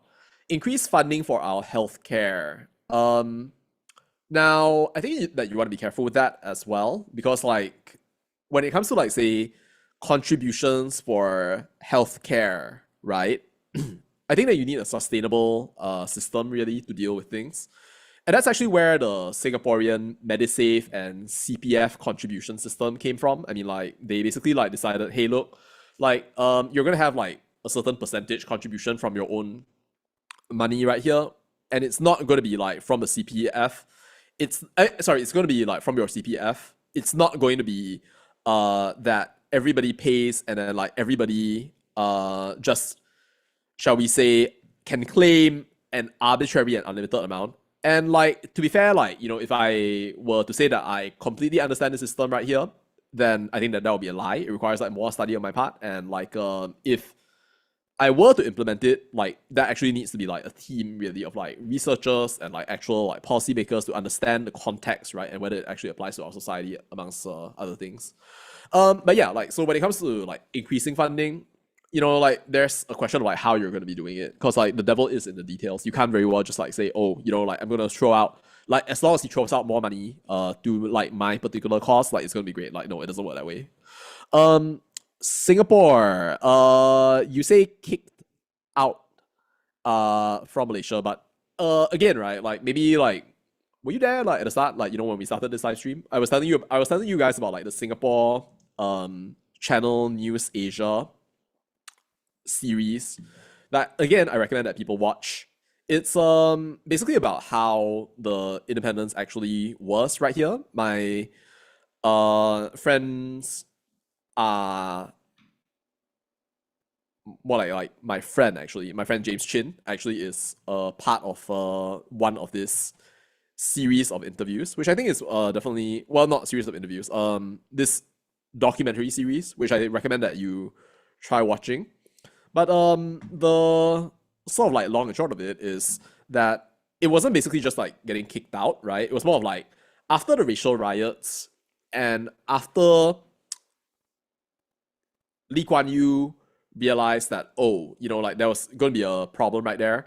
So Goh Keng Swee, who was the former and then Minister of Finance at the time, basically like unilaterally offered the separation to Tun Razak after having been given a letter from Lee Kuan Yew to basically have the authority to negotiate a constitutional arrangement. And Goh, basically, upon the authority that he had at that time, proffered separation, upon which Razak took that suggestion and then later went back to the Tunku, and then eventually the deal was set in stone because of these operators who were probably like what you might call the deep state, if you can call them the deep state. But yeah, like that's basically what it is. And that's also, by the way, like something that we could say doesn't really paint Tunku Abdul Rahman in a very flattering light. I mean, like, he was basically just going out and then saying like, oh, itu baik, that sort of thing right there. And then like he was playing golf and then like doing all sorts of things to like prolong the negotiation. Like you have to attend weddings with him and stuff like that. Oh my gosh, like I just imagine myself in Lee Kuan Yew's shoes right now. I can't imagine like actually like hanging out with somebody like that. Like somebody who just cannot make a decision. Maybe it's just a personality thing on my part, like maybe I have to get more used to the vast variety of people in this world. And my personality at the moment is like not perfect kind of thing right there. Like it is still developing. Like even as we are having this so-called conversation, my personality is developing. You know what I mean? Like it is actually what is happening along the way. Thank you for being a part of this, Sepoops. But yeah, so like the point of what I'm trying to say is that yeah, like just because you've got Singapore get kicked out, Lee Kuan Yew cries his tears when he is casually on the TV and stuff like that. I don't think that you should just assume that like it is because he like was so sad that like Singapore is going to fail or anything like that. It's more like rich than that.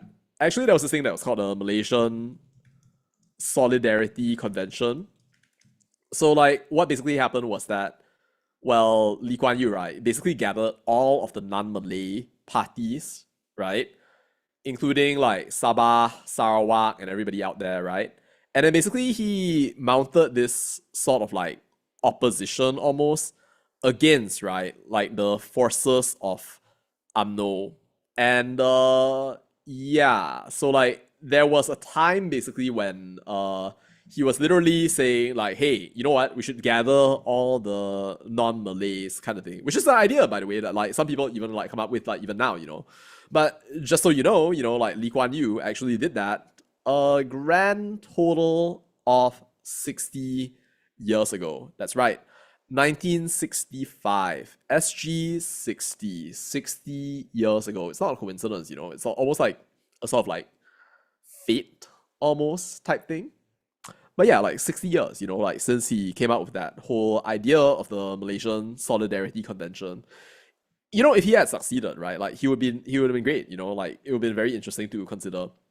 And I also recommend, by the way, that like you guys watch the documentary series because you get to hear, in fact, Lee Kuan Yew's last speech in the Malaysian Parliament. I mean, like, there's a whole series of things right here you can see actually, like the split, Toh and Rajaratnam refusing to sign, the crushing Malaysia campaign, and everything else right there. Yeah, so like, if you actually were to go into this section really of the provocative speech, basically, like that speech actually was the speech made on the motion of the thanks to the king.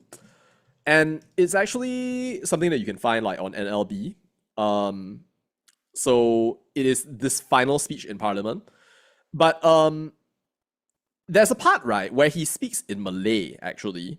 But then the part where he speaks in Malay is not actually written about in this speech. You can see that it literally just says like Mr. Lee continues in Malay.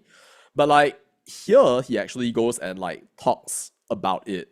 And basically, he goes, right? And it's really fascinating to think about. He literally goes like, paraphrasing him here, I'm sorry, Papa Lee, like for destroying your legacy if I misquote you here.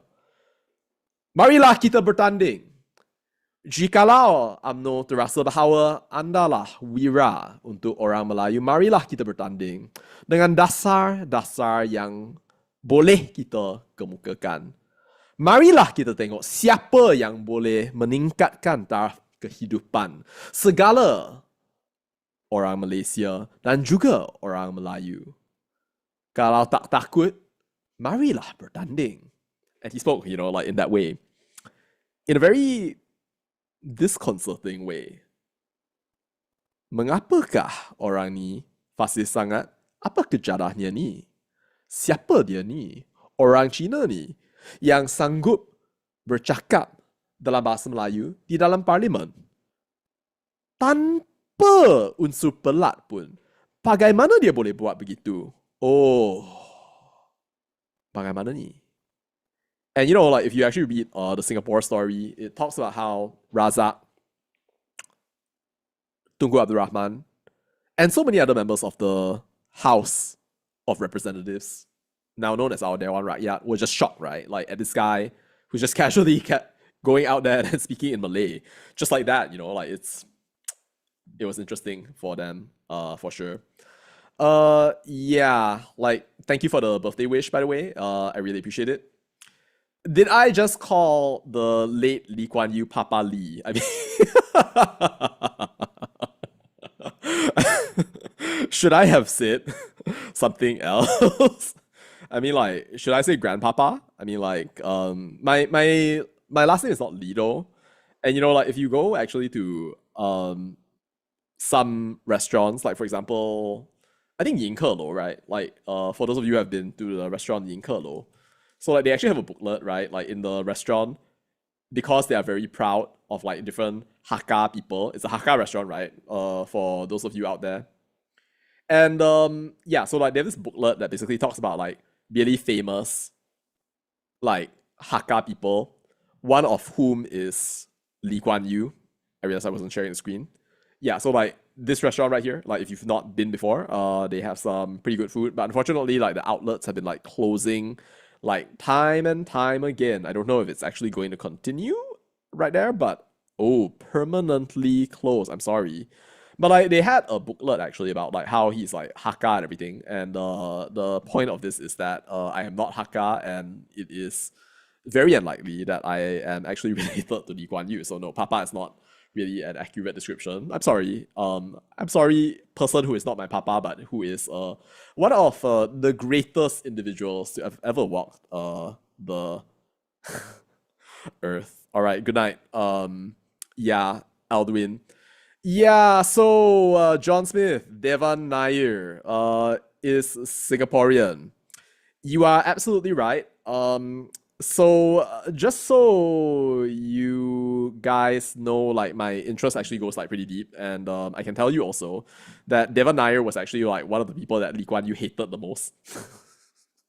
Literally, like he literally like in his memoirs, right? Like he's literally going all talking about how, do you know that like I didn't like him when I first saw him for the very first time. He was very clear about that, and like actually like Devan Nair was in fact suspected of being a communist. He had like communist influences, it was said, in fact. And like, in fact, towards the end of his life, actually, like he had become the president of Singapore. And it's a very interesting story, really, that I have had the opportunity to read about a little bit right here. But yes, John is absolutely right that like this guy was basically the guy who started off the DAP in Malaysia. I'm assuming that all of you know what DAP is. Some of you will probably think that like they are the party of the syaitans, secular, mereka yang liberal, anti agama dan sebagainya. Tapi yeah, it started with like Devan Nair. So Encik Nair tu sebenarnya adalah seorang ahli politik yang berasal daripada Singapura. The third president of Singapore until his resignation, right? But he was like a union leader and he was a very interesting character for sure. The thing is that towards the end, right? It's a very sad story. I don't think that a lot of people know about this, but he was involved in alcoholism and he actually ended up having a very unfortunate time in Sarawak. It is alleged, that is the historical record, it is alleged that he outraged the modesty of a woman in Sarawak during a trip while he was drunk. And it is further alleged that he started then trying to treat himself with non-traditional treatment methods.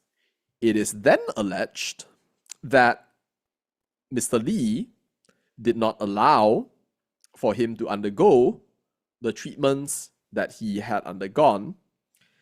It is alleged by him and his estate that apparently there were all of these different attempts to discredit him towards the end of his life before he eventually fled, if I'm not wrong, to Canada.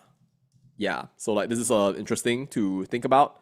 I think that you can actually go right ahead and like do that research if you want, but like this is the founder of the DAP. He was, shall we say, a sketchy character, but he was also the third president of Singapore. But this is the man who basically made the DAP possible because, by the way, of a violated promise with UMNO.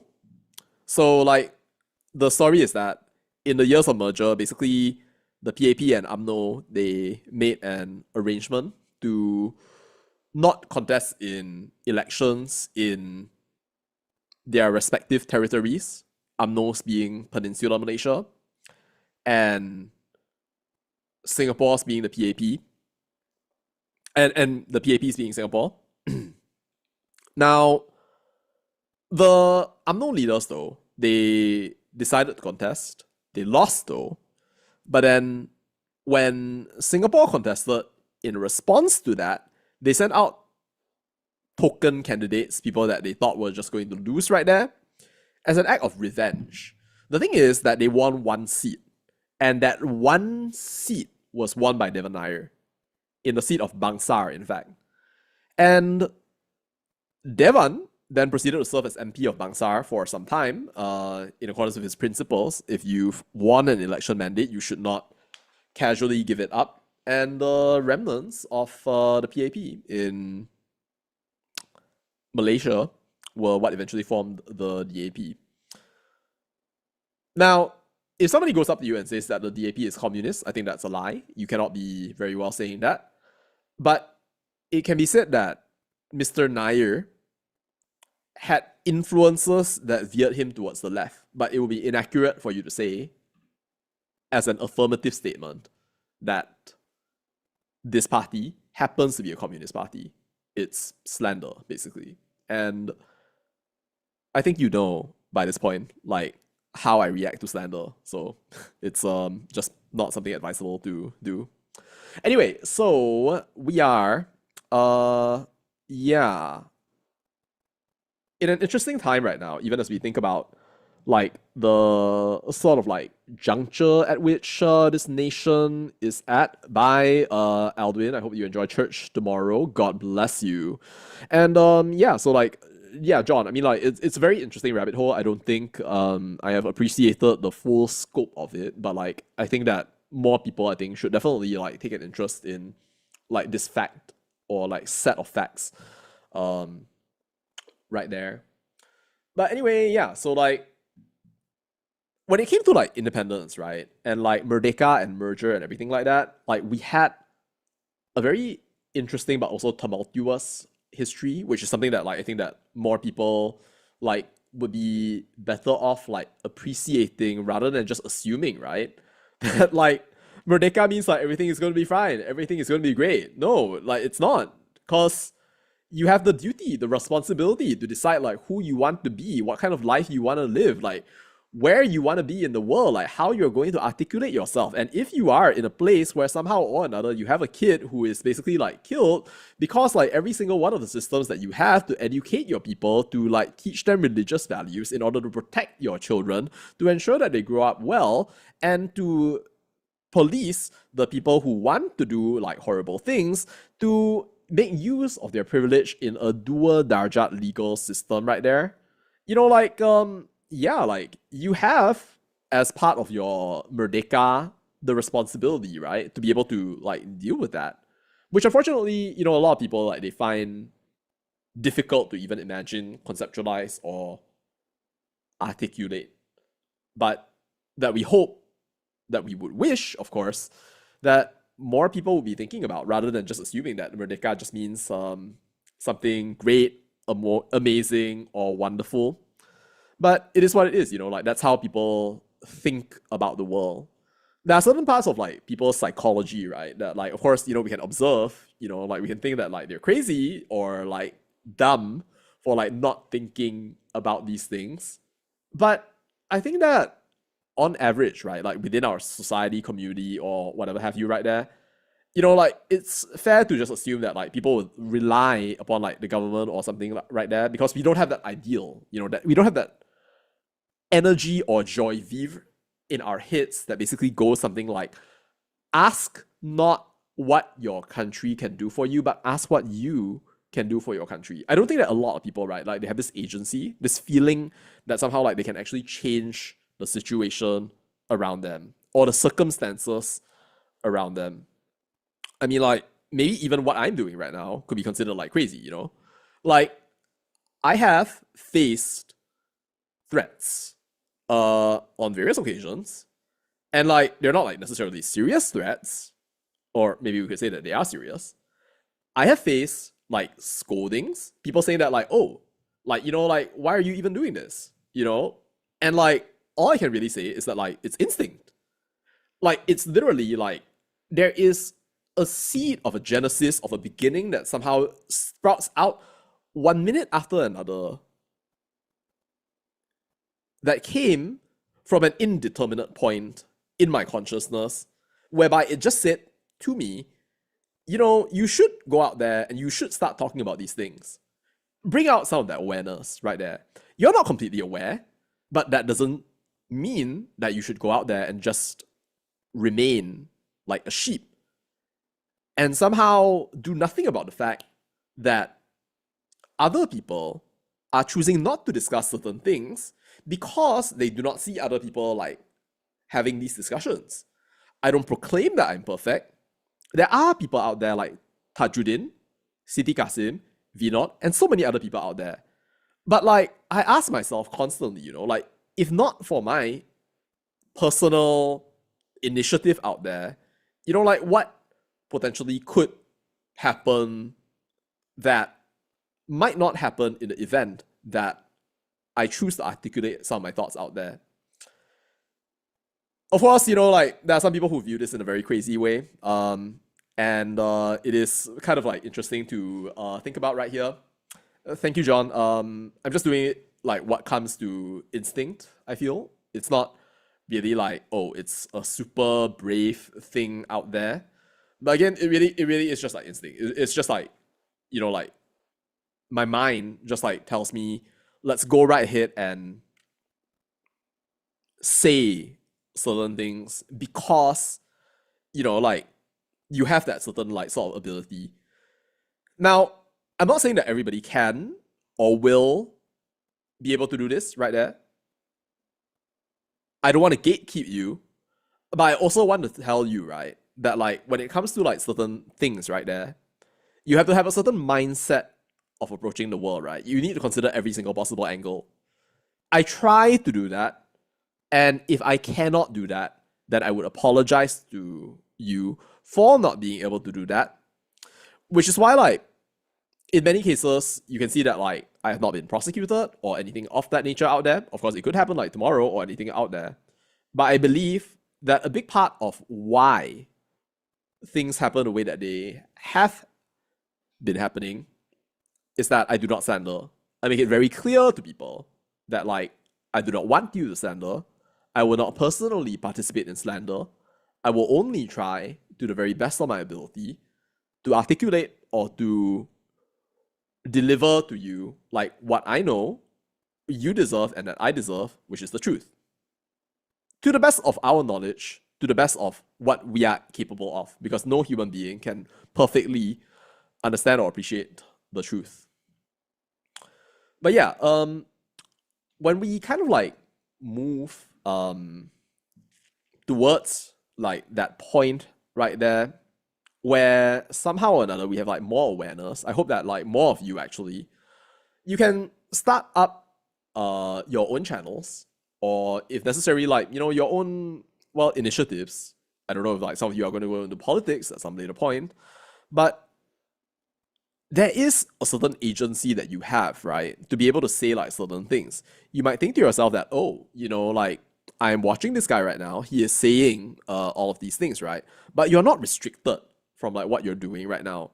Even just now by taking part in this conversation, like you are already being a part of a culture that is being shaped, like person by person, mind by mind, idea by idea. Like even if there were only like 2 people watching this right now, I would have the sense, of course, that like the numbers, right, they capture a certain part of reality. But at the same time, right, like it is a fact, right, that by the way that the technology works, there are at this particular point in time 11 other people with me who are listening to every single word, right? Because like you're not gonna go to the live stream unless you actually wanted to listen, presumably, unless of course like for some reason or another you enjoyed like watching my face come out here, there, and everywhere, and like the occasional display of the Jalur Gemilang or something like that. I don't know. Like it's up to you. But yeah, like the very fact that you're here listening to me and you have been listening to me for about like 2 hours now, like, you know, like it gives me a great sense of gratitude for your presence and for your choosing, really, in some small way, right, to contribute towards this. So like of course like not everybody can contribute money, that's fine. That's appreciated, but it's not necessary. But the fact that you are willing, right, to take part in this shaping of the way that you think, right, somehow or another, or that you feel that somehow like my words are consequential, important, or valuable towards you, partly in that they are not just purely entertainment, right? Like that actually is deeply meaningful to me. Because, right, like when we think about, say, this idea really of like influence and other things, we could think about like how, oh, you know, it's purely for entertainment. It's purely for making money or anything out there. But no, like I have a broader social objective. And I think that a transformed society comes from like transformed people, while I am always mindful of the fact that the person easiest to change is yourself. I can't very well be changing like hundreds of people like simultaneously. I think that that's too much to ask from like a single like YouTube video or anything else out there. But as long as the seed is planted, then I'm grateful for that. Now, as we come towards the end of the live stream, so now I wonder if any of you have any questions at the moment. Any questions from any of our sepupus out there? Those of you who have been casually looking at like this live stream right here, any thoughts on questions that you may have? Just like casually gonna like go through every single one of these right here. There were so many different things. We even talk about like what, like how to calculate tax. Gosh, like why do we even do such a thing? It's crazy. Like all these like crazy live streaming Sepoops. What is this? Adalah Wira Negara. Exercise freedom of responsibility. Oh, okay. All right. Yeah, I don't know. Like, have you become more patriotic, less patriotic, or has your patriotism remained unchanged? Okay, like that was a fun thing right here. Maybe like yeah, like we can do it as in like a Q&A, I guess. Like maybe we can do it this way. Hold on, let me see. Can we open up Q&A? Hold up, let me see. Add a Q&A. How does this work actually? Oh, it's not actually available. Is it not? You cannot open. Oh, okay, open Q&A. Great. Yeah, so I think that what you can do at the moment is you can go right ahead and ask questions one after another. Let me see. Sorry, it's my first time using this feature, so I don't. Okay, yeah. So you can like scan this QR code or go to slido.com and then like write a question there, or you can write it in the chat. Either way, it's fine. Yeah, I mean, like, if you could actually like send a question here, like, I think it could be fine to. It could be interesting to see like what happens with the questions like popping up on the screen. Unless of course like it's too late for you. It's like close to your bedtime or something of that nature, and you have no more questions. Reasonable. I will share the link with you though, Sapoop. So yeah, go right ahead and have a look. You can, yeah. You can indeed. You can indeed vote. You can actually like go right ahead and type in a question and stuff of that nature right there. Um, John Smith, what would I like to makan on September the 1st? I don't know, like I yeah, I don't really like have a special like craving, honestly, like for food. Like even if you would ask me like, do I want to go to Dewakan, that kind of thing right there, I mean like cognitively speaking, like that sounds like something that I would enjoy. It feels, by the way, like if you don't know actually, like Dewakan is like the most famous restaurant in Malaysia at the moment. It's basically our only two-star Michelin restaurant. They should be like giving me a commission for this right here, but it means like God and food. Um, it was an interesting meal, for sure. I went there with my student Gerald, like that one kid who became the top student in the entirety of Harvard. And like cognitively, I think that this is the kind of thing that is something that would sound like it would be an interesting birthday meal for me, but like if I ask myself, do I really want to do that like on that particular day? The answer is not really. I mean, like I don't have a strong feeling about like wanting to eat a particular thing. I mean, like honestly, like um maybe it's just like from being spoiled, like if I want to eat something, I don't feel like I am like restrained from it. Partly I think that's because like I don't have like very strong sorts of like desires for like things that are especially like luxurious kind of thing.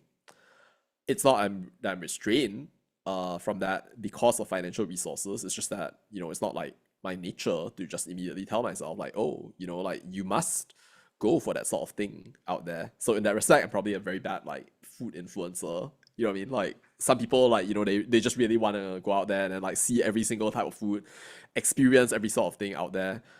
I can do without eating, like a half born duck egg balut fetus type thing right there. No, thank you. Like that's not for me. But I can also do without like the fine dining type thing. I don't know, like if I were to think about it, like some kind of protein, chicken rice. I don't know. Like, it's a hard question. Oh my gosh, like it's such a hard question. Oh my gosh, like wow, like wow, that's like brain rattling. That's interesting. Wow, challenge. Oh, thank you. Oh, wow. Okay, thank you so much, John. I appreciate it. Thank you so much for the kind contribution, and yeah. So like, it helps my journey in like a bunch of different ways as well. Of course, like in terms of like say, investing in like some other things out there, like potentially in the future also like looking towards the horizon of like what I want or intend to do. I have the feeling that like it won't be something that I'll be able to do alone right there. And I would enjoy it, right? If like more of you would actually consider like treating this not just as like something that you listen to like immediately, but like also something that like you can consider, right? Like in your own small way, like with a small seed inside like your hearts, right? Um, Something that you actually go forward towards in the onward journey. I think that even though, right, I talk about the Red Queen hypothesis, about the idea that like you can walk 2 steps forward, but maybe the universe takes you back 1,000 steps, right?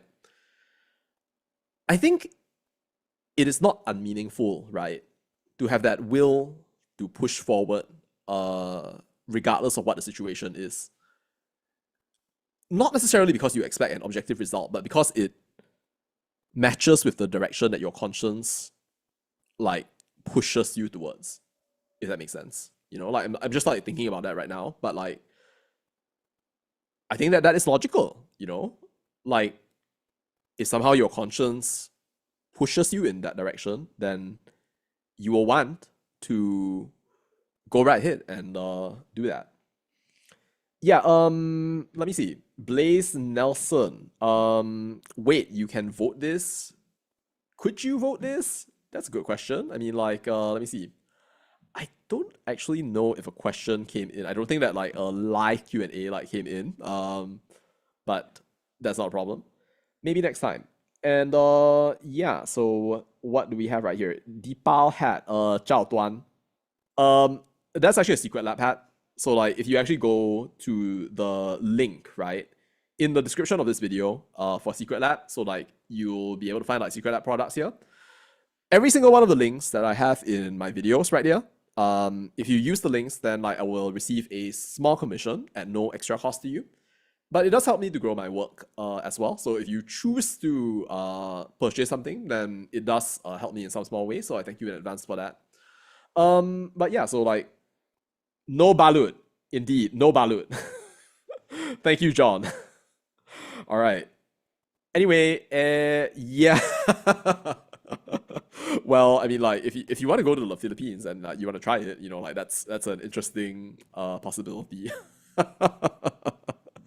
Anyway, guys, I am going to wrap this up. For those of you who are going to be watching fireworks a little later on, I hope that you have some interesting fireworks and that somehow or another, like, the thought will come to you about what you want to do with your Merdeka. And this is just coming to me right now. Like, I'm like just thinking about on the fly, right? Like this is not a scripted performance by any means. Like if I were reading off a teleprompter, right? Like you would know, right? Like I would actually be looking at the screen, like in some fixed or definite way. But like I'm not doing that. But I want you to ask yourself, right? Like for a quick bit, like what is the Merdeka that you want? Because the whole idea of Merdeka is independence, right? It's not something like inherently good or amazing or wonderful, but it's literally like just the ability to choose really the kind of thing that you want, like who you want to be, like what you are going to decide on. And we know from the entire tide of history and the entire civilizations that have gone past and crossed over from one side of birth into senescence and death, that somehow or another, right, that choice really of like who a person wants to be, right, either you decide it for yourself, either your country decides it for themselves, either the people around you decide that for themselves, or somebody else is going to decide it for them. They can be politicians, they can be the so-called deep state, they can be anything else, right? And there you then have like 100 different Zara Qairinas or like anything else out there with no real hope that, you can actually improve things out there. So yeah, like it's interesting. Yeah. I mean, like it's a festival. Like you can definitely chill like during this time. I mean, like I think that probably some of you are on holiday at the moment as well. And yeah, like it's kind of an interesting thing to consider out there. Now, in relation to the Deepal question, I mean, like that is, oh shit, yo, you know what? I think, and I'm gonna show you right here actually. So, yeah, both of you actually. Let me see. Let me show you. So, like both of us actually are absolutely correct. Look at this. So, like you see, right? Like this is the Secret Lab logo, and then that right there is the Deepal logo. So it actually looks kind of similar. The only thing is that the Deepal logo, right? Like that thing up there is black. While for Secret Lab, you see like the entire thing is like white, white, white. But like Deepal is like black, white, white. Oh, interesting. I mean, like you learn something new every day. Wow. All right. Well, wow. What is with you guys and KLCC, Sepoops? I mean, like I think that like John, you were like just staring at KLCC earlier, even as you were like watching this live stream, and then like now Zhao Duan just came back to his place from KLCC. That's great, amazing. Yeah, I mean like as an international student, it moved you. Oh, that's great. You're from China, I would suppose. Wow, like that is nice. It's like your new car. Yeah, yeah, yeah. It's a secret. I mean, like it's a special, shall we say, gift that basically the company gave to me. Cause like if you actually look at the video that's like on my channel, like the main one, so like it is basically featuring chair reviews. I collect ergonomic chairs, right? So like even this, okay, maybe like this could be a fun one to end the live stream. I don't think I've shown you this chair before, right? But all right, see this? That right there is a chair that is kind of like it's got like a spine almost. So that is the Herman Miller M body, and that is like my main work chair at this point. It is basically designed right in such a way that it emulates the natural way that a spine actually like holds up really like the human back. The idea being that like as long as you can kind of like reduce the pressure on the muscles that like human beings use in order to keep themselves elevated, right, in every single possible angle from every single possible like pressure point, right, then in that way, right, you can reduce the strain upon like the human back, and in so doing like help people to kind of like perform their tasks, right, at optimal comfort level without really thinking about how to like move themselves, because the chair is flexible, the spine actually moves along with the rest of your body, and for that reason, right, there's never a point when like you feel somehow that like you need to actually like stress in order to push yourself up. If you have a soft chair, for example, right, then like the back will go in, the cushion will like partially support you, and then like your muscles have to like compensate in order to keep you at the correct head viewing angle. And then as a result, you can't really see the screen unless you put yourself in a weird position. And as a result, then the back basically ends up getting damaged. But for me, with this chair, like that doesn't really like happen. So yeah, you can see that like ergonomics like quite a fair bit. 挺好的，好的 yeah. Wow, I was gonna say like 各位顾客们 I realized to myself like that doesn't really that doesn't really make sense in this particular context. But yeah, like 晚上好 and 晚安. Zhao Duan, thank you for coming in at this late part of the live stream. John, thank you as well for your contribution, and thank you to every single one of you for joining me on this live stream. And yeah, so it has been an absolute pleasure. Thank you all